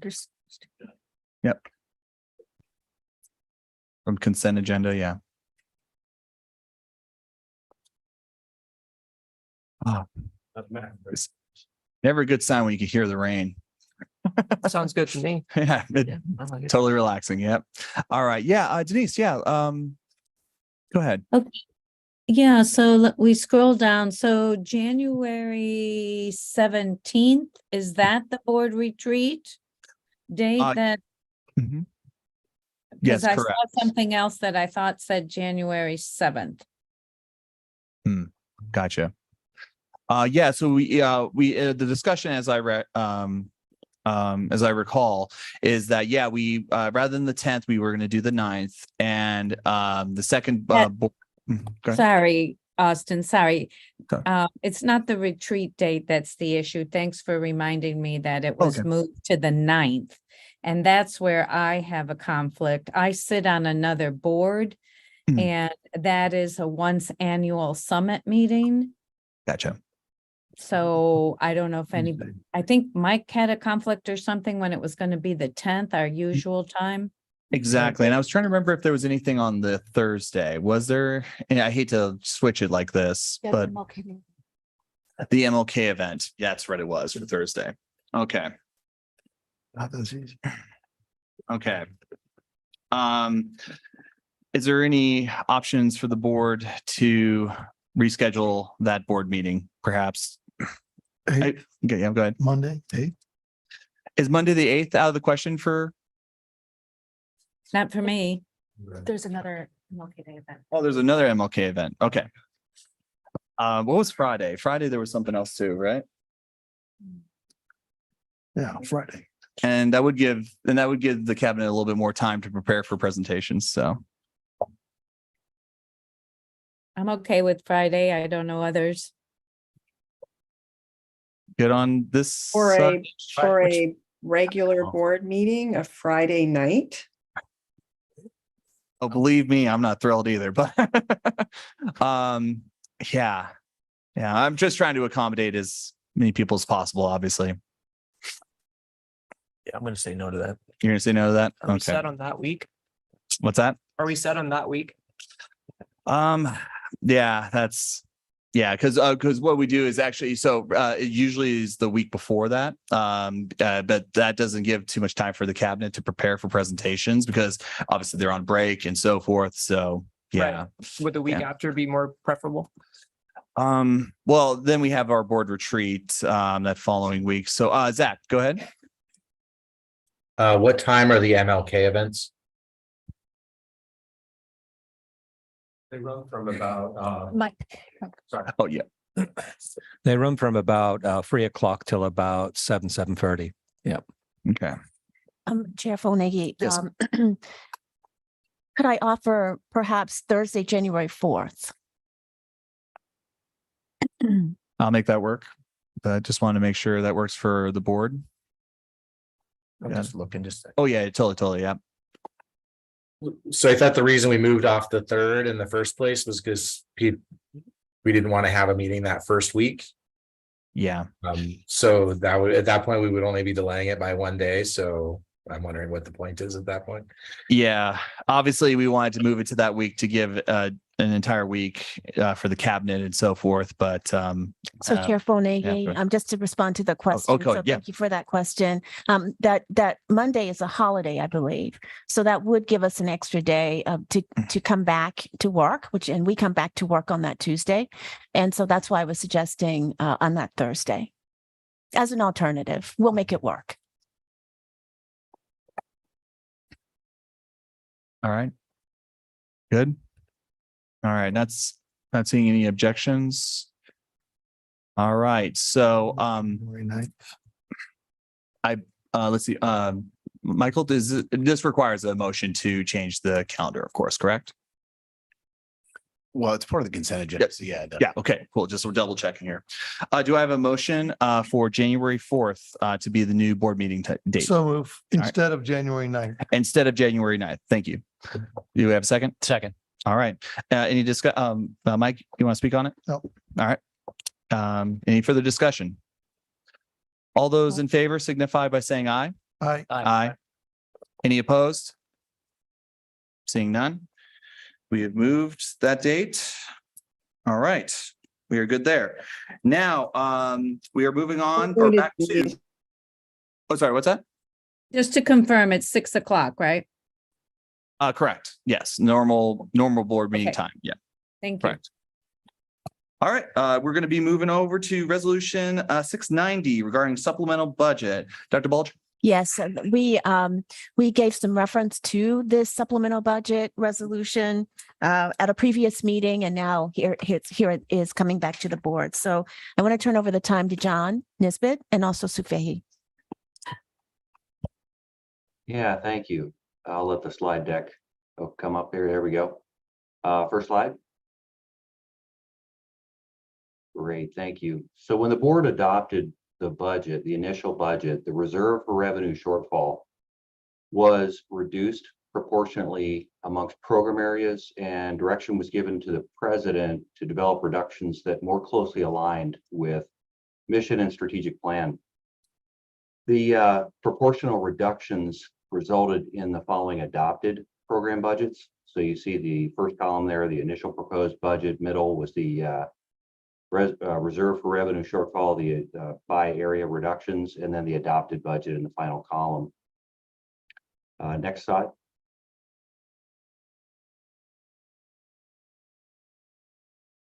Next slide. Next slide. There it goes.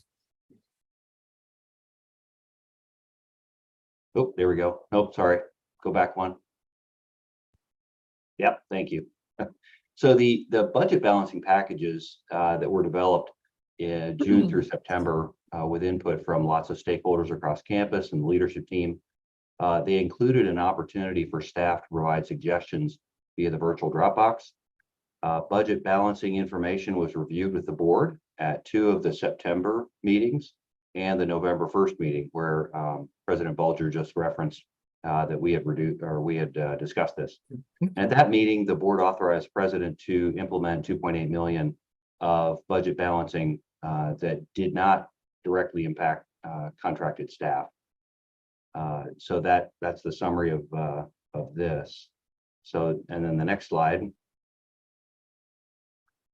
So if approved, here the remaining 1 million between the 3.8 and 2.8 of the reserve for revenue shortfall reductions will be covered by recognizing the additional 1.3 million of state revenue that we've discussed to be received over the adopted budget. And with that higher expenditure level, the ending fund balance had to be increased by 199,000 to comply with board policy, which requires us to have a minimum of 3% of the general fund operational expenditure budget. And the remaining 150,000 would be added to contingency. That's what's outlined here. The two smaller amounts, one is within the budget balancing packages, KLCC offered to pay, or we discussed with them to pay for public safety services, which requires recognizing an additional 28,950 in revenue. And then also included in the resolution is 50,000 transfer from faculty professional development to contingency for the global resolution MOA from October. So overall, it's a net increase to instructional support of 151,000 and a net increase to contingency of 200,000 total. So that summarizes this resolution. Okay. We'll start with questions. Mike? I realize this isn't exactly what we're talking about tonight, but is there any projection about the impact on the following fiscal year, or is it too early to look into that crystal ball? You know, actually, more of the forecast information will be shared at the December 20 meeting. Thanks. Because we'll project this year and then subsequent years as well. Thank you. Excellent. Lisa? Yes, I'm wondering about the earlier information that was shared during the president's report, the misunderstanding about the tuition budget. Can you remind me where we allocated that 450,000 that is now actually 175,000?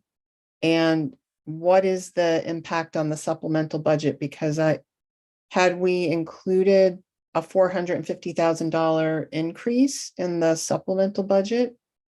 which would have needed to be reflected in these amounts if we actually have less. Yeah, I would invite Sue to comment there if she's available. Yeah, thank you, John. Thank you for the question, Lisa.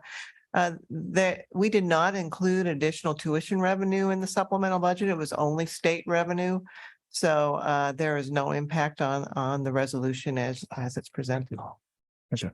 Quick clarifying question in regards to the difference there. So, $450,000, now so obviously there's projected and budgeted. Was that budgeted or was it the projected that creates that difference? A little bit of both. Okay.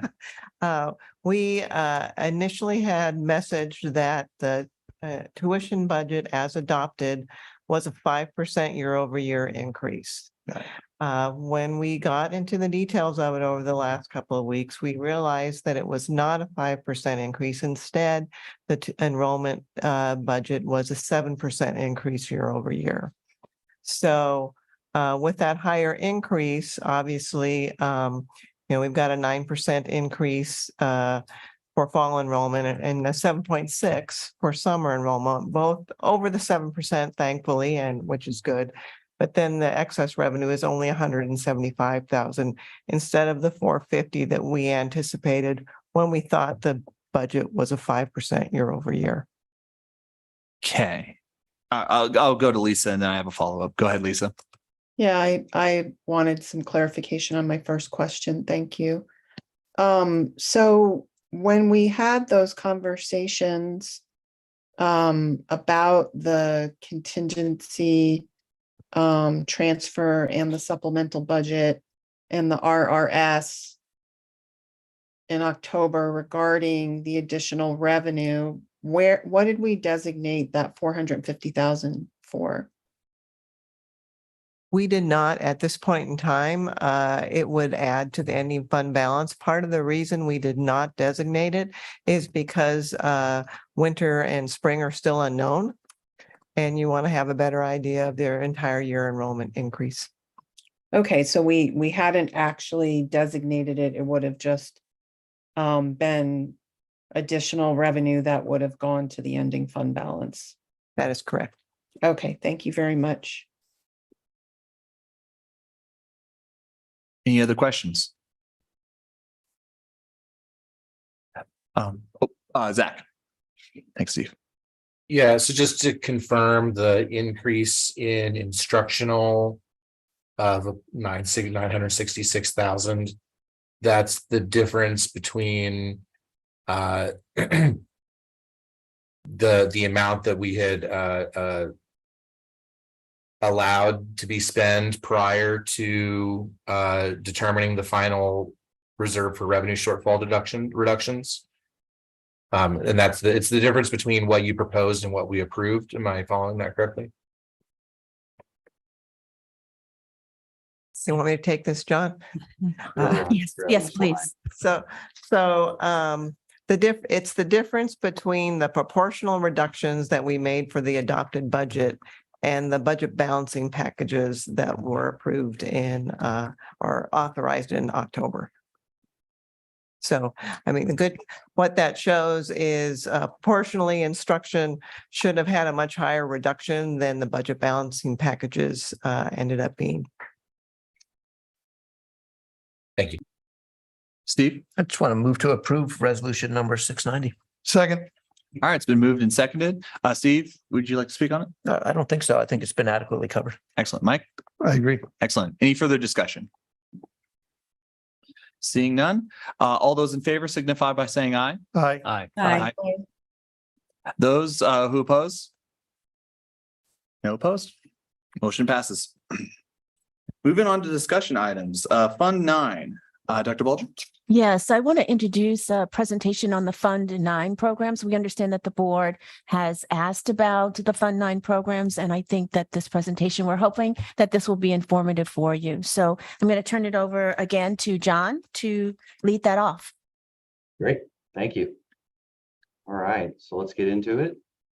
Really, the goal here was to clarify what is Fund 9, what programs exist there, and perhaps a little bit of why. And so As part of this, we're going to invite some of the colleagues there in the room to comment on some of the kind of what goes on within some of these programs.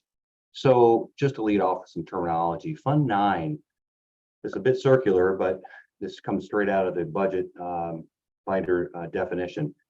Administratively restricted fund, Fund 9 accounts for specific programs where funds are administratively restricted.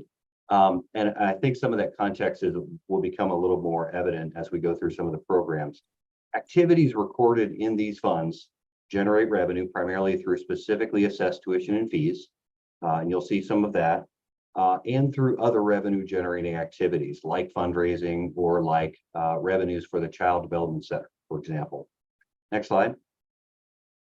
So to give you an overall sense of the resources within all of the Fund 9 programs, there's beginning fund balance, things that carry forward from year to year, little bit of federal revenue from FY22, and those were COVID funds, mainly kind of a 60-40 of tuition and fees, as well as other sources I just mentioned, fundraising, other revenue for particular services.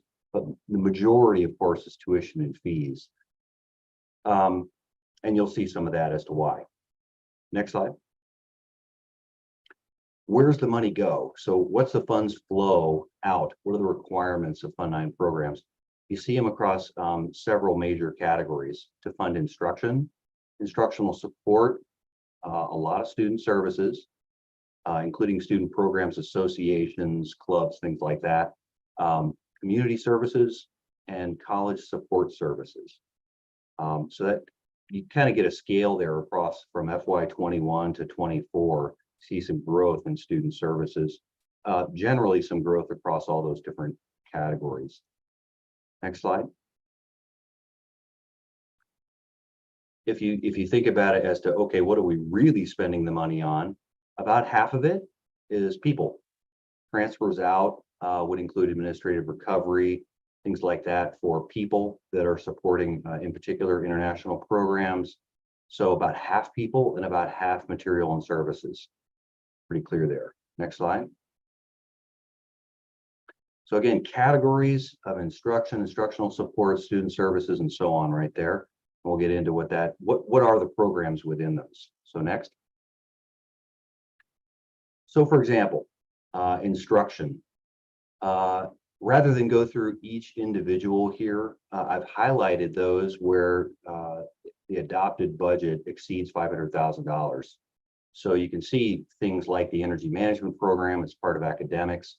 You have questions about some of those, but really wanted to speak to two of these in particular: flight technology, as I think you're aware of, and specialized support services. So I think Dr. Tinkham could speak a bit to flight technology and what are the funds flow in that particular area. Well, as you are aware, aviation is a program that's quite expensive. So there are a number of expenses that we have in flight technology. For example, I can tell you in the last few months, we've bought a couple of airplanes. And so that fund, helps with the expense of that program. So yes, you're going to see a good deal of expense coming in and out of there. The program it costs students approximately $90,000 to be able to complete that program. So it represents an expense that is, over and beyond what our typical program would cost, simply because of the nature of operating a flight program. Now, one of the things that, I'm getting into the weeds a little bit. What is not in that fund is any tuition or any FTE that flight technology brings in. That's in the general fund. So that would not be attributed to flight technology within Fund 9. So that's really important to understand, because this fund does not represent a complete snapshot of the financial, I would say, overall picture of flight technology. And John, are you willing to accept questions as well? Sure. Excellent. Cool. Steve? Just a clarification, then flight technology is a good example. I'm assuming the reason why in part, we have this program is that those students in that program are charged some fee that all other students are not charged. And we want to make sure that those monies are set aside specifically for expenses experienced by that program and not diluted across other. Correct. Yeah. Right. Exactly. Excellent. Lisa and then Denise. Thank you, Steve, for answering my question. Denise? Sorry, can you hear me? Okay, there we Yeah. go. So I'm gonna assume that flight technology doesn't have a balanced budget. So what does it have? John, do you have an answer for that? Or How Well, I much can- money does it really cost? Well, we don't have the analytics on it right here today, put my hands on, but it is something that we can prepare. Flight technology so Dr. Tinkin captured it really well. So this is an expense category.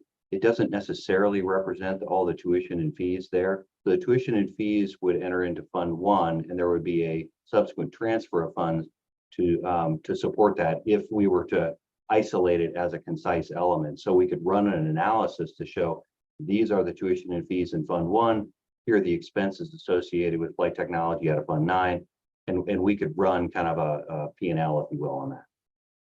So just to follow up, just to understand some of this in instruction, some things sound particular, specific instructional program, perhaps like energy management program. Be good to see, what that's budgeted at. I don't know what extended learning means in this category. I think I understand international programs, but it would be good to have that articulated. And also what specialized support services. Some of these categories are not, I don't want to assume what they mean. They're not particularly specific. Okay, understood.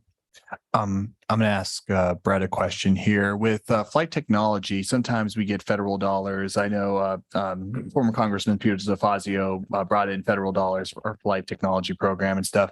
Does that go through this fund, or is it through a different? I don't know if you are able to answer that, but when we get those additional federal funds or state funds for the flight program, Those are restricted funds.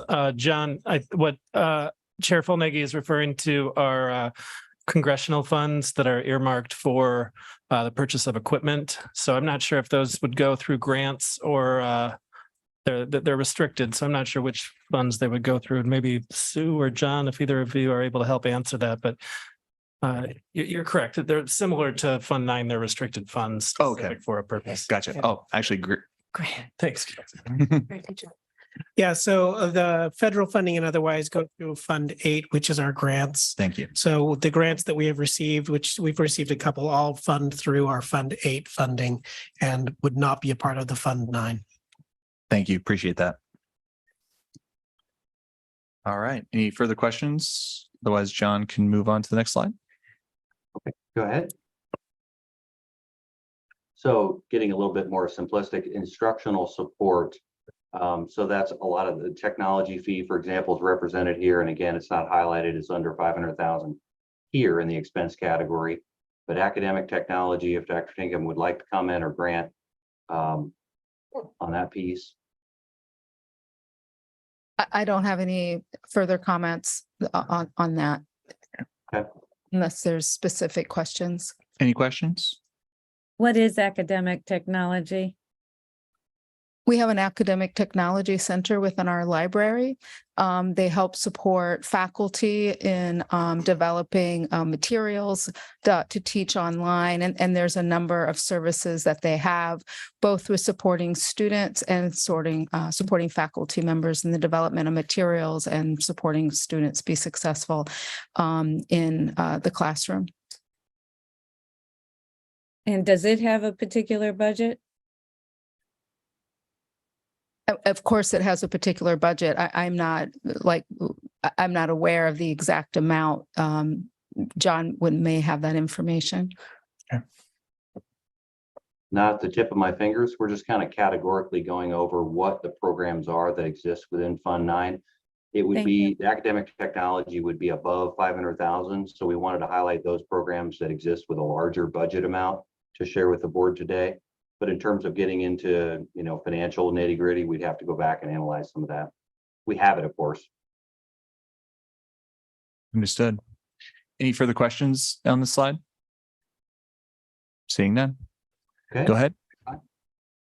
All right, so a few under student services, the Child Development Center downtown. That would be an example of not tuition and fee revenue, as well as the health clinic. Health clinic would be expenses of obviously operating the health clinic on campus. There is a health fee that's assessed to on-campus students that helps to support that, but that again would be outside of Fund 9 and help support that. International programs that you had mentioned earlier. I don't know if Grant or Dr. Jenkins would like to speak on that generally, but again, these are expense categories. So this represents student services, but you also saw it under instruction. So there's kind of a web of things going on, but this is where the student services expenses are captured. If I could add to that, international programs, they presented a year ago to, I think, most of the current board. They do generate funds for the institution through tuition, of course. This last year, for fiscal year 2023, they brought in about 1.67 million in tuition and fees. There are Fund 9 monies in that, and it's all for ESL, salary and OPE. So they paid out 237,000 towards that this last year, and so they usually have a small ending fund balance that they put back into recruitment, marketing, and travel activities too. The tuition and fees has went down in recent years, but we're just starting to climb out. Prior to fiscal year 2020, we were at about 2.5 million going towards tuition and fees. So it gives you an idea. I heard a hand go up. I did too. Zach, was that your hand?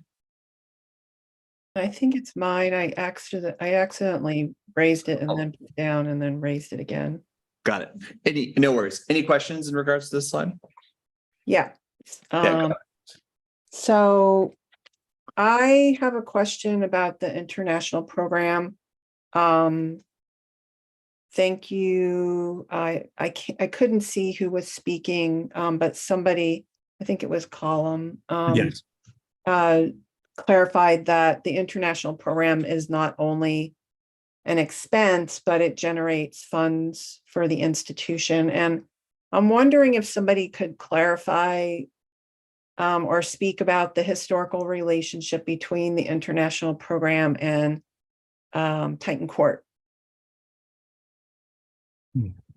Residential historian.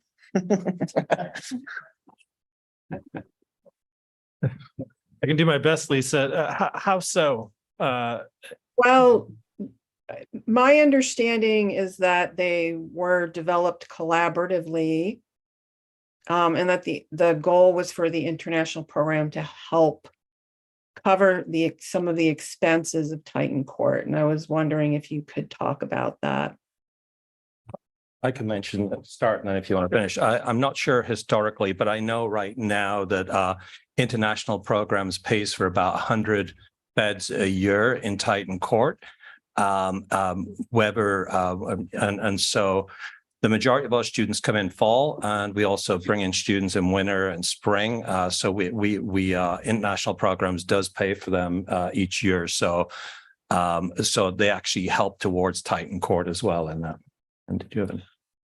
Yeah, and if I can go way back to 2009, 2010, housing was identified as one of the elements that would be necessary to grow the international program. The college had a goal at the time to grow that program to help bring in additional revenue. The goal was that international programs would develop a reserve of about 3 years of an operating budget for itself. When the development of Titan Court was being planned, originally it was a 4-story building. And through the conversations with the consultants that were helping us at that time, and with international programs, we actually added a 5th floor to Titan Court, and that was to be able to serve more students, but also make the project pencil out as a LEED Gold project, because housing that's at LEED standards is more expensive to build, and so by adding that extra floor, it actually helped the project pencil out a little bit better. And at the time, the conversation was that, what kind of commitment could international programs make to support those additional rooms in Titan Court and to help make Titan Court successful? So that's kind of an overview. Are you looking for any more, Lisa? No, that was helpful. Thank you. Chair Fonegi, there was a question from a board member in the chat. Oh, Brett, would you be able to pull up the chat?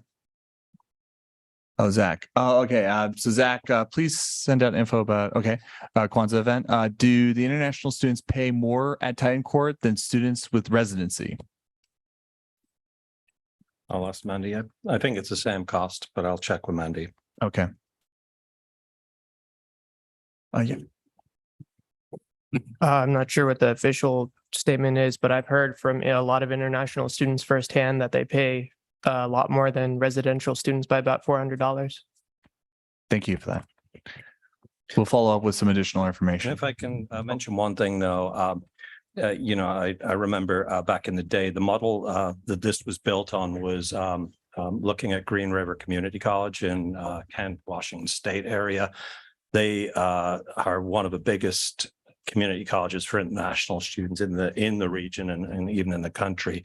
And having the residence halls, that kind of thing available for international students is what really grew them.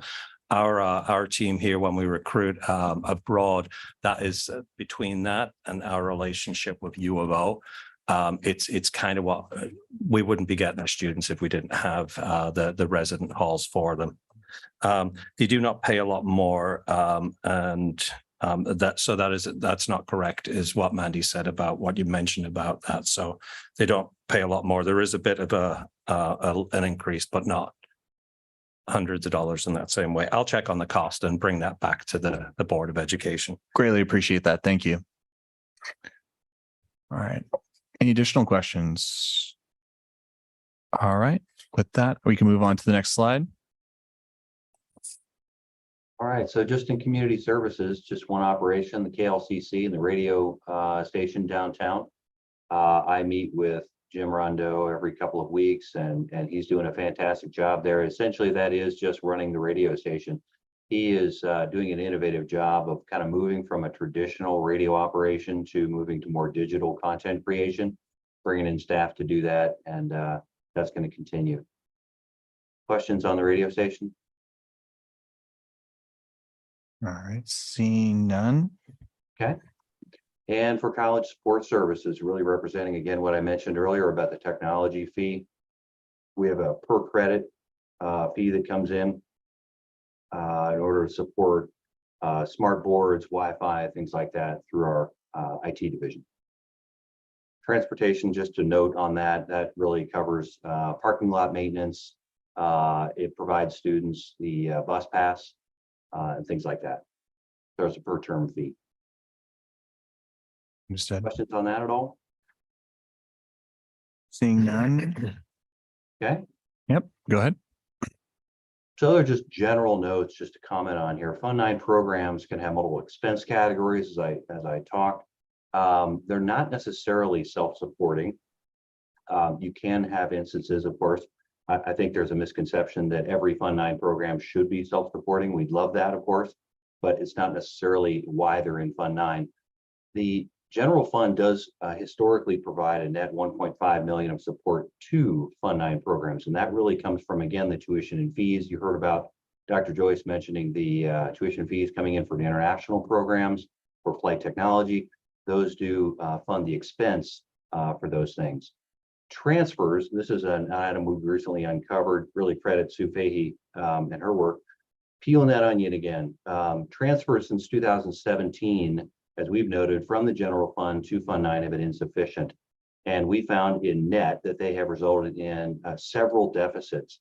So really the staff turnover in the budget office has kind of, I guess, lacked in some oversight over prior years. So we have a $3.1 million need to restore some fund balance deficits. And we're going to include that in the budget forecast for this year carrying forward as well. Got a question from Denise, then Kevin, then Steve. Go ahead, Denise. Yeah, so with this this deficit, would we be able to see the transfers that have been made from general fund here each year? So that we can see what was transferred in 2017, 18, 19, et cetera? Yes, we have that. Yeah, that would Yep. be useful. Thank you. All right, Kevin. Yeah, so a little bit concerning here, which highlights the kind of turbulence that we've experienced in the finance department. Could you say anything about any kind of preliminary recommendations that you're going to be bringing to the board to, where's that 3.1 million going to come from? What's that going to look like? What's the timing? Those sorts of specifics. Yeah, so we're currently finalizing work on the ending fund balance for this past fiscal year. Currently doing the budget forecast that not only projects the current fiscal year as well as the out years, next 4.5, 5 years. So this has a restoration plan that we've included again in the budget forecast. So the intention, of course, is to clean it up within this fiscal year. But we want to make sure we've got all the moving parts correct in budgeting and forecasting for this particular year. And we'll bring a recommendation to the board on the 20th. Will follow up? Will that also or is that part of the plan to restore the ending fund balance to 10% of general fund? Will that be included? Yep, it sure will. All right, Steve, then Lisa. Steve.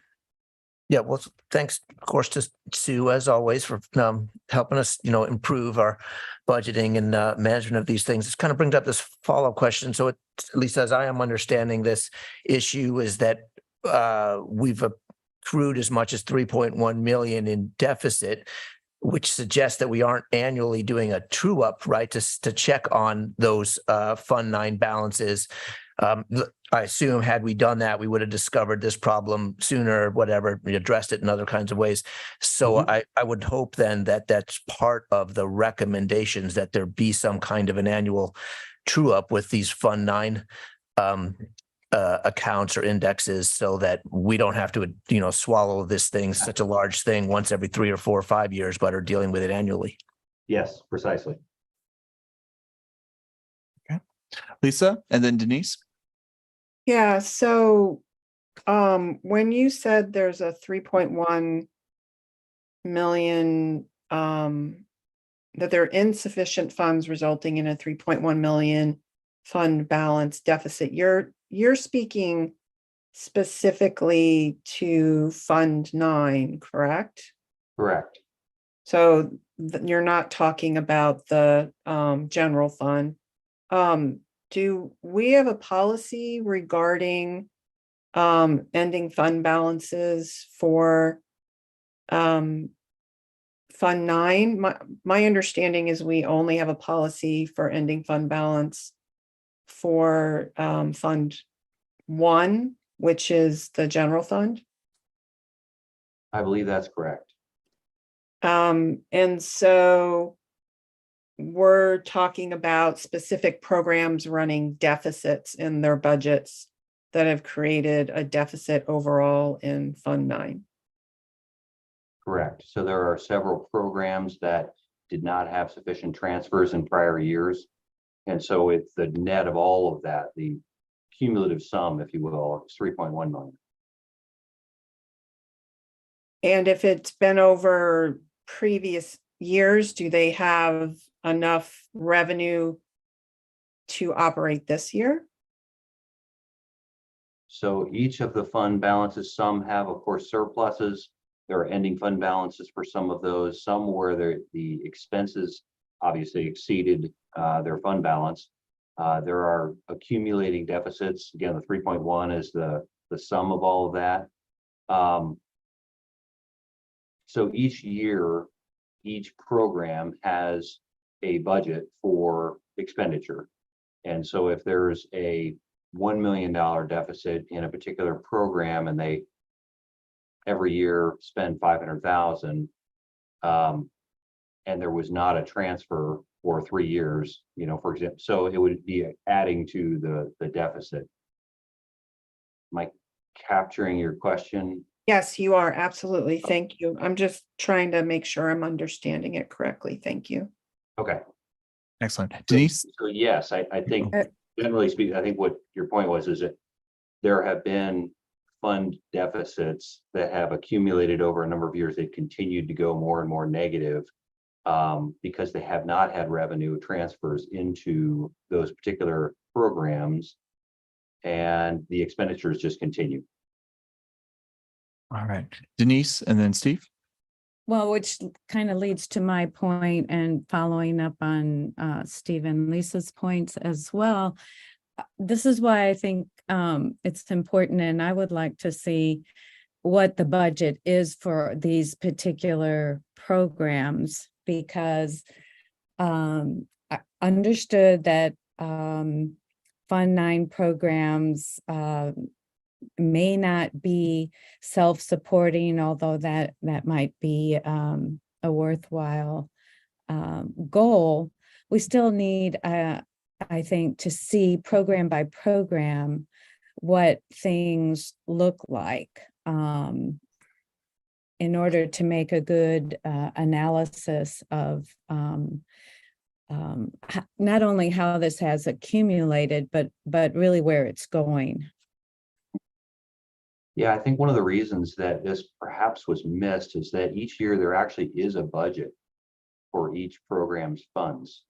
And so every year a budget would be presented and it would show the expenses and so forth. But what was missed was looking at ending fund balance for those. As Lisa mentioned, there isn't a policy for those, and it wasn't necessarily, not shared intentionally.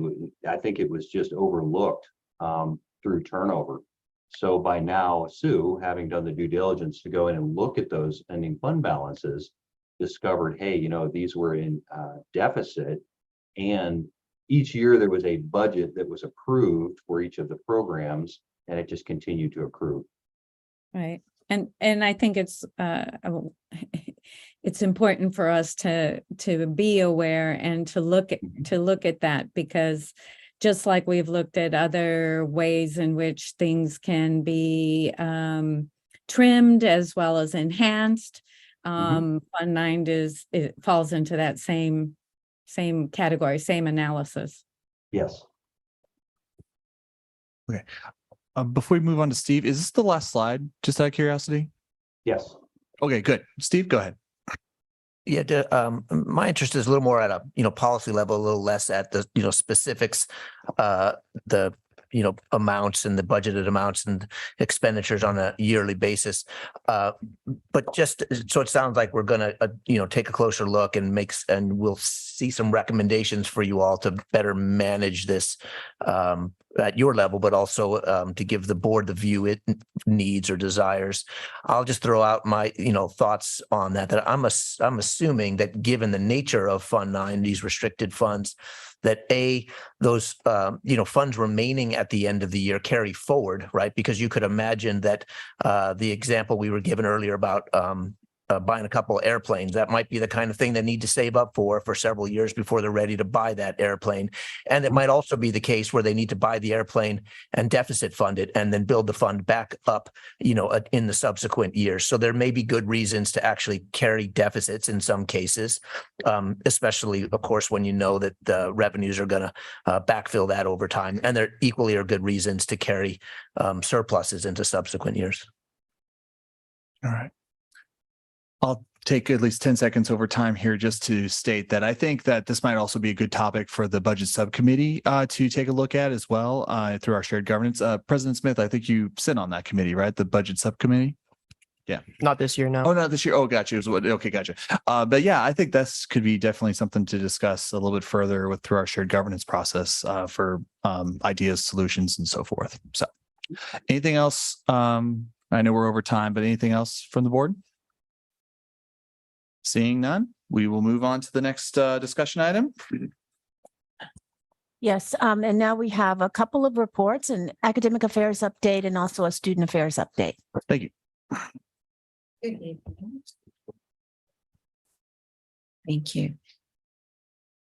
I'm just going to provide a few highlights from my report. As the fall term comes to a close, I'm left with the feeling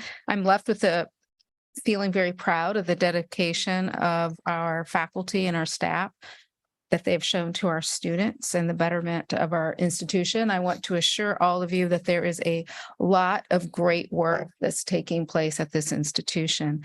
And I've been enjoying end of year events with students. I get to be an audience member.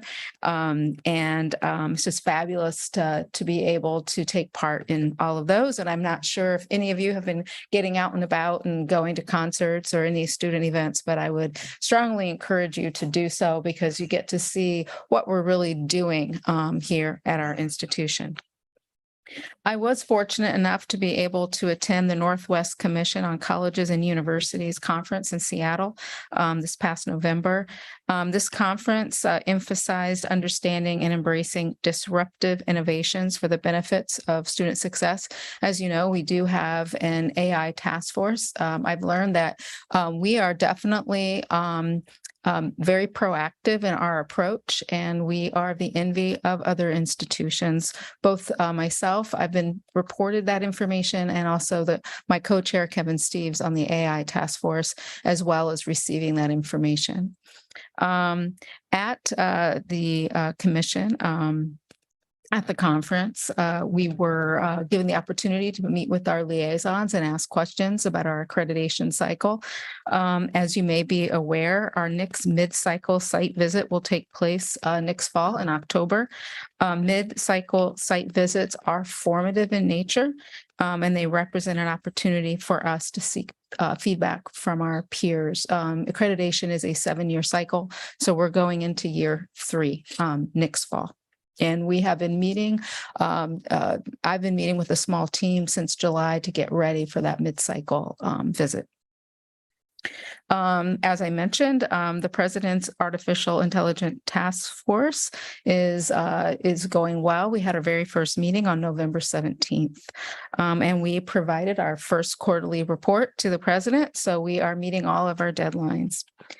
I have been working, one of the things that's been very important to me in my role as Vice President of Academic Affairs is to take a greater role in institutional effectiveness and institutional planning. So I've been working very diligently with a small team to develop an annual institutional academic program portfolio review process with the Institutional Effectiveness Commission. And I look forward to providing the board with a full update on that process next calendar year. I've also been working very diligently with academic program review. This is a faculty-led initiative. It's on every 7 years. It is part of our institutional effectiveness process. And they have a number of reviews that they're doing this year. We've done physics recently, EMT, and nutrition. And I've been able to be involved in those. And it's just absolutely wonderful to have a peer come to your institution that is not an accreditor, but is actually someone who's taking a look and, having, basically, how do you do this? How do you do that? And we learn from one another. So those are really exciting things. I'm also happy to announce that we are now accepting applications for a Bachelor of Applied Business Management. I have been told that we have accepted, no, we have 6 students have already applied. We only need 15 seats. So we are well on our way to meeting our numbers. With that, I'll pass it on. All right. Thank you. Any questions or anything? Any questions from the board? Seeing I have none? one. Oh, Denise, go ahead. Sorry. Program review, is that done, are there program review presentations? Yes. And it's something that we're trying to institutionalize that will take place on an annual basis. So the idea that I'm having, that the discussions I've had with APROC, that's the oversight committee of APR, is that we would dedicate time for poster sessions for faculty members to have these discussions with their peers during both fall and spring in-service. So we would devote time each year to that, because that's something that I believe was done in the past and hasn't been done in the last couple of years. And it's something that, I'm working with APROC to provide them that platform so then they can have those discussions. Now, you may notice that on some of our digital boards on campus, a lot of that information is displayed. Lisa? So we've also annually had faculty from the programs come and present to us and share the ones that have participated in the academic program review each year. Is the board going to continue to have that opportunity? When I joined the institution, I think last January or February, I know that Kate Sullivan gave an overview, and I am sure she would be delighted to do that again. We've actually had like people who, not just Kate, but other people who have been in the programs that have gone through academic program review have come and shared as well. Mm-hmm. Excellent. Any further questions? Seeing none, Dr. Joyce. Good evening, everyone. I want to start off like Shelley was just saying. We have a wonderful group of classified staff, managers, directors, deans, that have been working solidly for a year, under Dr. Bulger's kind of a focus on growing enrollments and student success and working tirelessly. Some people behind the scenes, some right up front with students, but it's been nonstop. All the registration events, creating a new online orientation, and doing so much to try and ensure that with probably even less staffing than we had a year ago, and yet with greater enrollments, and hopefully that'll continue with the enrollments. But they've been doing a wonderful job, and I just want to recognize that. Our last RegFest event is on the 16th on Saturday, going from 9 till 2. If any of you are around, please, you're more than welcome to come and visit and kind of see our new students coming in and going through kind of the different enrollment processes. And then at the start of January, we're holding a welcome week. We're trying to do more for students who are starting winter term. And so we're doing welcome week events there too, which will be January the 8th and 9th from 9 till 2. So staff, faculty, managers, and board members, if you want to come on down and welcome week. I know you're working and doing a lot, but we staff tents, we give out cookies and coffee and things and welcome the new students to campus January the 8th and 9th, 9 till 2. This last a week or so ago, we had a hands-on career day where 250 potential students from area high schools showed up, and this was a joint venture with High School Connections, Co-op, CTE programs, and recruitment. Very successful. I love it when we can get that many students on campus. I did want to mention that the enrollment numbers changed a little bit. They dropped a bit from last week. They were 22%. We're down to about winter to winter enrollment it's still up about 14%. So continuing students are up 16%, which is really good. Returning students are down 2%. That's a much smaller number. So just a handful of students makes a difference there. New students are up 8%. And so winter to winter FTE is up 13.4%. And so the student affairs board report that you would have received was last week's numbers since we submitted early. A couple of things I wanted to mention, we'd heard earlier, as we approach the commemoration of Martin Luther King Jr. Day on January the 15th, 2024, we are delighted to announce that Lane Community College, thanks to our foundation sponsoring, will be hosting 2 events to honor the legacy of Dr. King. And so they're going to be focused on the fight for equality and will provide an opportunity for our community to come together in reflection as we actively engage in conversations that promote justice and harmony, as kind of one of our speakers mentioned earlier tonight. And these are going to be open to the entire community college community. And we're also going to invite people from the greater community in Eugene, Springfield, and across our district. So on Monday, January the 8th, we have Dr. Ebony Zamani Gallagher. And that's going to be at the Ragazzino Theater. She holds a PhD in higher ed administration with a specialization in community college leadership and education evaluation from the University of Illinois at Urbana-Champaign. Her teaching, research, and consulting activities largely include psychosocial adjustment and transition of marginalized collegians, transfer access policies, student development, and services at community colleges. And then we also have Titus Kaffar on January the 11th, giving a keynote address. And Titus Kaffar makes paintings, sculptures, and installations that examine the history of representation by transforming styles and mediums with formal innovations to emphasize the physicality and dimensionality of the canvas, panel, and materials themselves.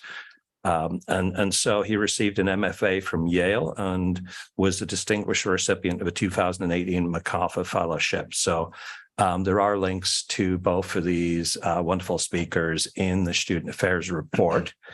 And then I wanted to, this is a couple of the Board of Education. I believe Denise and Zachary asked in a past meeting for a little information on whereabouts in the county our students are coming from. And I worked with Kathy and she provided me with a little information, and I'll be happy to send this on as well. But we collect residency information when students apply to the college. And so the data we've got is based upon residency, and it's all of our fall 23 credit students. It doesn't include ESL or College Now, ABC, it doesn't include those, but it's all credit students. So over 6,000 students have declared Oregon as their residency. Of that, 4,950 Lane County, Jackson County, 79, Clackamas County, 69, and then from Lane County, drilling down, Eugene, 3,141 of our credit students are from Eugene, or that's where the residency stated, 1,012 from Springfield, 212 Cottage Grove, 131 for Junction City, 126 for Creswell, 96 for Veneta, and 63 for Florence.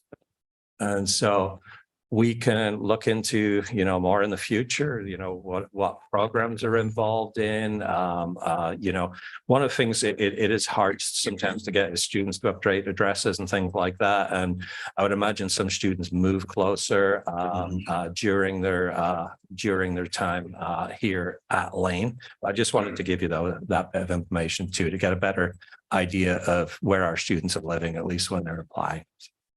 Understood. Any questions? Let me just say, during Welcome Week and during that time period when the students first start coming back, the staff and the faculty that have those Ask Me stickers, it was so amazing seeing that. And I want to encourage checking out Welcome Week, because the activity that's involved, not only amongst faculty, classified professionals, and students, to welcome these students, really create a culture of openness that is expected of our community's college. So thank you for your efforts in that. Thank you for everyone who's involved in that. And it really creates a very welcoming and opening campus. Kevin? Yeah, a couple comments just generally. But I think it's important to take a pause and a little celebration here. So we continue to get really good enrollment numbers. And so a shout out to President Bolger, her staff, and everyone, classified, non-classified folks who are working hard to increase our enrollment. So yay, I like that a lot. So thank you.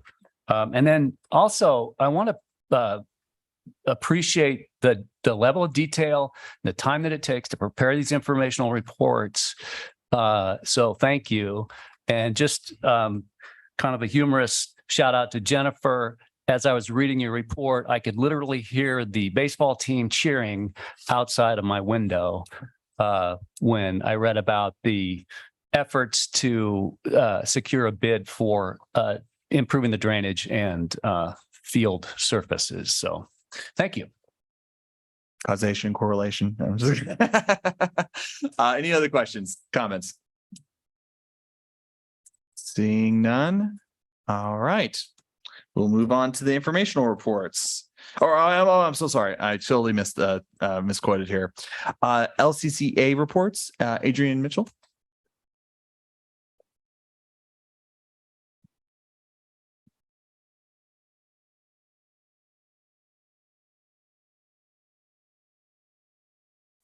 Good evening. Going to give a few brief reports. The first one is about ending fund balances, including Fund 9. So, each year when the audit is completed, it includes the ending fund balance from all of the funds. And the Budget Development Subcommittee has been tracking these. And in fact, we just looked today at a spreadsheet that goes back to FY07. So I've included in my report, which I will send to you, a small portion of that spreadsheet that shows the ending fund balances from all the funds from FY19 through FY22. So through June of 2022, we were informed that the audit for FY23 won't be available until the end of March. But the total amount in funds 1 and 9 for the ending fund balance was about $13 million for both of those at the end of FY22. And they had been increasing FY21, the balance in funds 1 and 9 increased by $5 million and then increased again in FY22. And Fund 9 had increased from FY21 $3.6 million to $4.9 million in FY22. So just kind of looking at these and kind of looking at the numbers and variation from year to year, it would be surprising if there were suddenly a substantial decrease in Fund 9. So that might be something to really take a look at and get the information from the audit, because we won't have that audit until the end of March. So it seems important to review. In terms of ratios, I've heard lots of talk about ratios and shared some information back, I think it was in April, which I will provide again because I know there are some new board members. And one of the things that I wanted to give an update on is contracted faculty numbers, full-time faculty FTE. And so we do have a provision in our contract that has a ratio of full-time to part-time faculty. And so if we were to follow that ratio for this year, we'd have about 193 full-time faculty. We have, between 275, 325 part-time faculty working over the course of each year. Last spring, LCCEA came forward and made an offer to the college to postpone 5 positions. However, the administration declined. That would have resulted in having a full-time faculty FTE of 188 FTE. This year we do have 199. So, these are staffing choices, of course, that do have budgetary impacts. The difference between the 187 and 100 and 200 FTE is approximately $1.7 million. So those figures, I'm going to share a graph with you. So it'll be a lot easier to see. But those figures do impact the ratios, of course. I wanted to share also some responses to a faculty survey. So, of course, we had the proposed budget cuts in September. So job security, kind of a lot of uncertainty was on the minds of faculty members. So we held some workshops for faculty members to answer their questions and talk about faculty, both for part-time faculty and for full-time faculty, about their job security. And we did a quick survey about why is job security important. And we have made a word cloud with the results. So I'll share that with you as well. But it's, it has some words in there that I think are really, that one might expect, like bills or stability, predictability, things like that. And then as the words get larger due to more responses, how word clouds are made. Larger words on the document show academic freedom, focus, positive, and the largest word on the word cloud is students. So just really wanted to share that and emphasize how important students are, even in a question about job security, right? So just really want to emphasize that, and also state how proud I am to be a faculty member and work with all of my colleagues here at LCC. A couple other updates. First one on the part-time faculty librarians. 2 part-time faculty librarians, as you heard earlier, one of whom had just been hired this summer, were notified that there will no longer be any hours for them after this term. Combined, they worked 1.0 FTE, the equivalent of 1 full-time person in the library.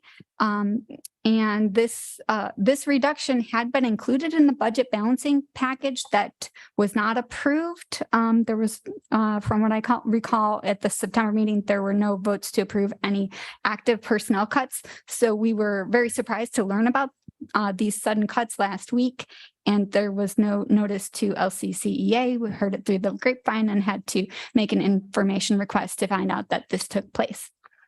On a totally separate note, we had some celebrations this week. LCCEA is welcoming a large number of new members, with 100% of new full-time faculty joining LCCEA this year.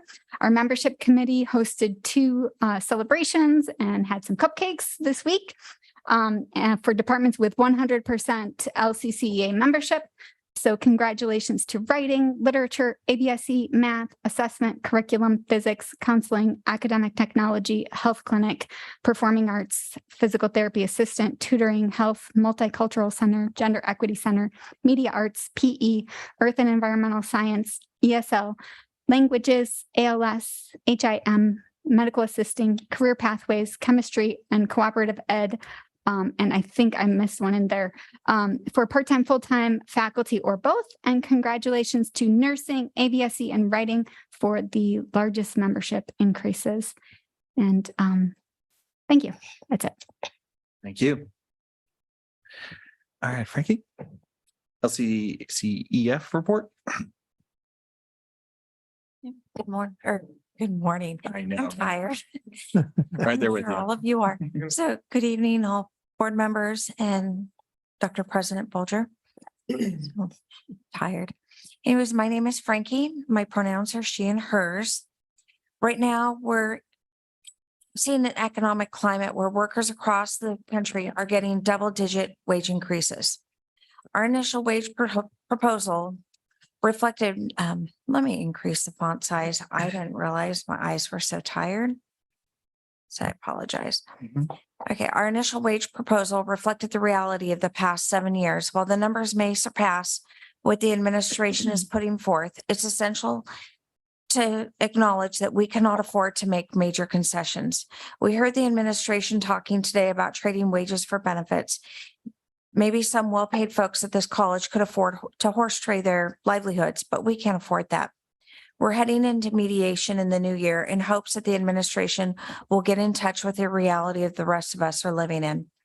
For decades, we as workers have been willing to forego the cost of living adjustments and steps in favor of benefits because we genuinely care about collaborating with the college to maintain a balanced budget. Our commitment to the past or to the well-being of the college and our students in our community runs deep. However, we have now reached a breaking point. The events of 2020 revealed that the college's priorities, and sadly, it was centered on retaining people. It wasn't centered on retaining people in their jobs. Since then, positions have remained vacant and our workloads have become overwhelmingly unmanageable. Colleagues consistently express their frustrations to me. They are at their wits' end.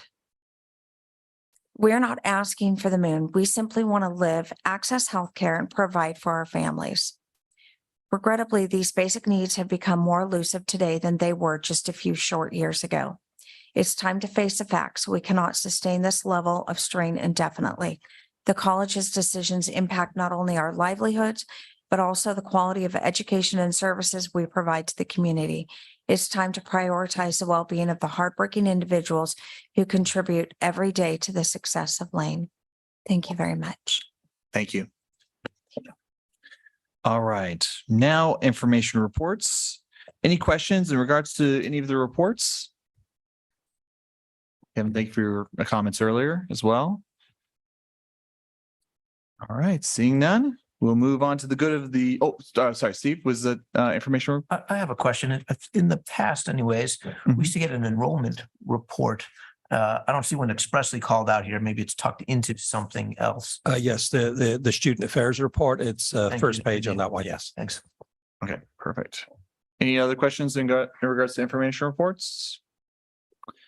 Seeing none. For the good of the order, we talked a little bit about future meeting dates. Anything further in regards to that? Seeing none. Board's comments and questions. Steve. Yeah, I have a thing or two. Shane, this first question is actually, well, it's really for the board members, but then with potential follow-up for you. There was a testimony, I don't remember the gentleman's name, but chemist, right, who talked about the differentiation in pay between classroom, technically classroom stuff, technically lab stuff. I don't know details about that other than what I heard this evening. I have to say, it sounded somewhat compelling, certainly something I would like to learn more about. It basically like to ask the other board members if they would support, asking staff to just develop a report of some sort so that we can get full-blown context on that sometime in the next couple of months. Okay. Denise? If I'm not mistaken, and of course, correct me if I'm wrong, I believe that's a collective bargaining issue. I could be wrong, but usually the distinctions with labs and the lecture in other areas as well, and some interesting distinctions that often happen in nursing programs. So I'm just throwing that out there. I could be corrected, of course, but I do think that shows up in collective bargaining contract. No, Denise is correct. That would be accurate. I think that the board member is asking for information though about how it works currently. That's what I thought I heard. Yeah, I'm just asking for information. I agree. I also understand it's likely a CBA, but nonetheless, still trying to understand the situation. Absolutely. I think that's a reasonable information request. Follow up with that. Anything else? All right. Oh, Denise. I would like to have an update on, I believe that there were some filings that the faculty union had. I'd like to get a status update report on what is going on with those. Okay. Thank you, Denise. Any other comments, questions? All right, seeing none.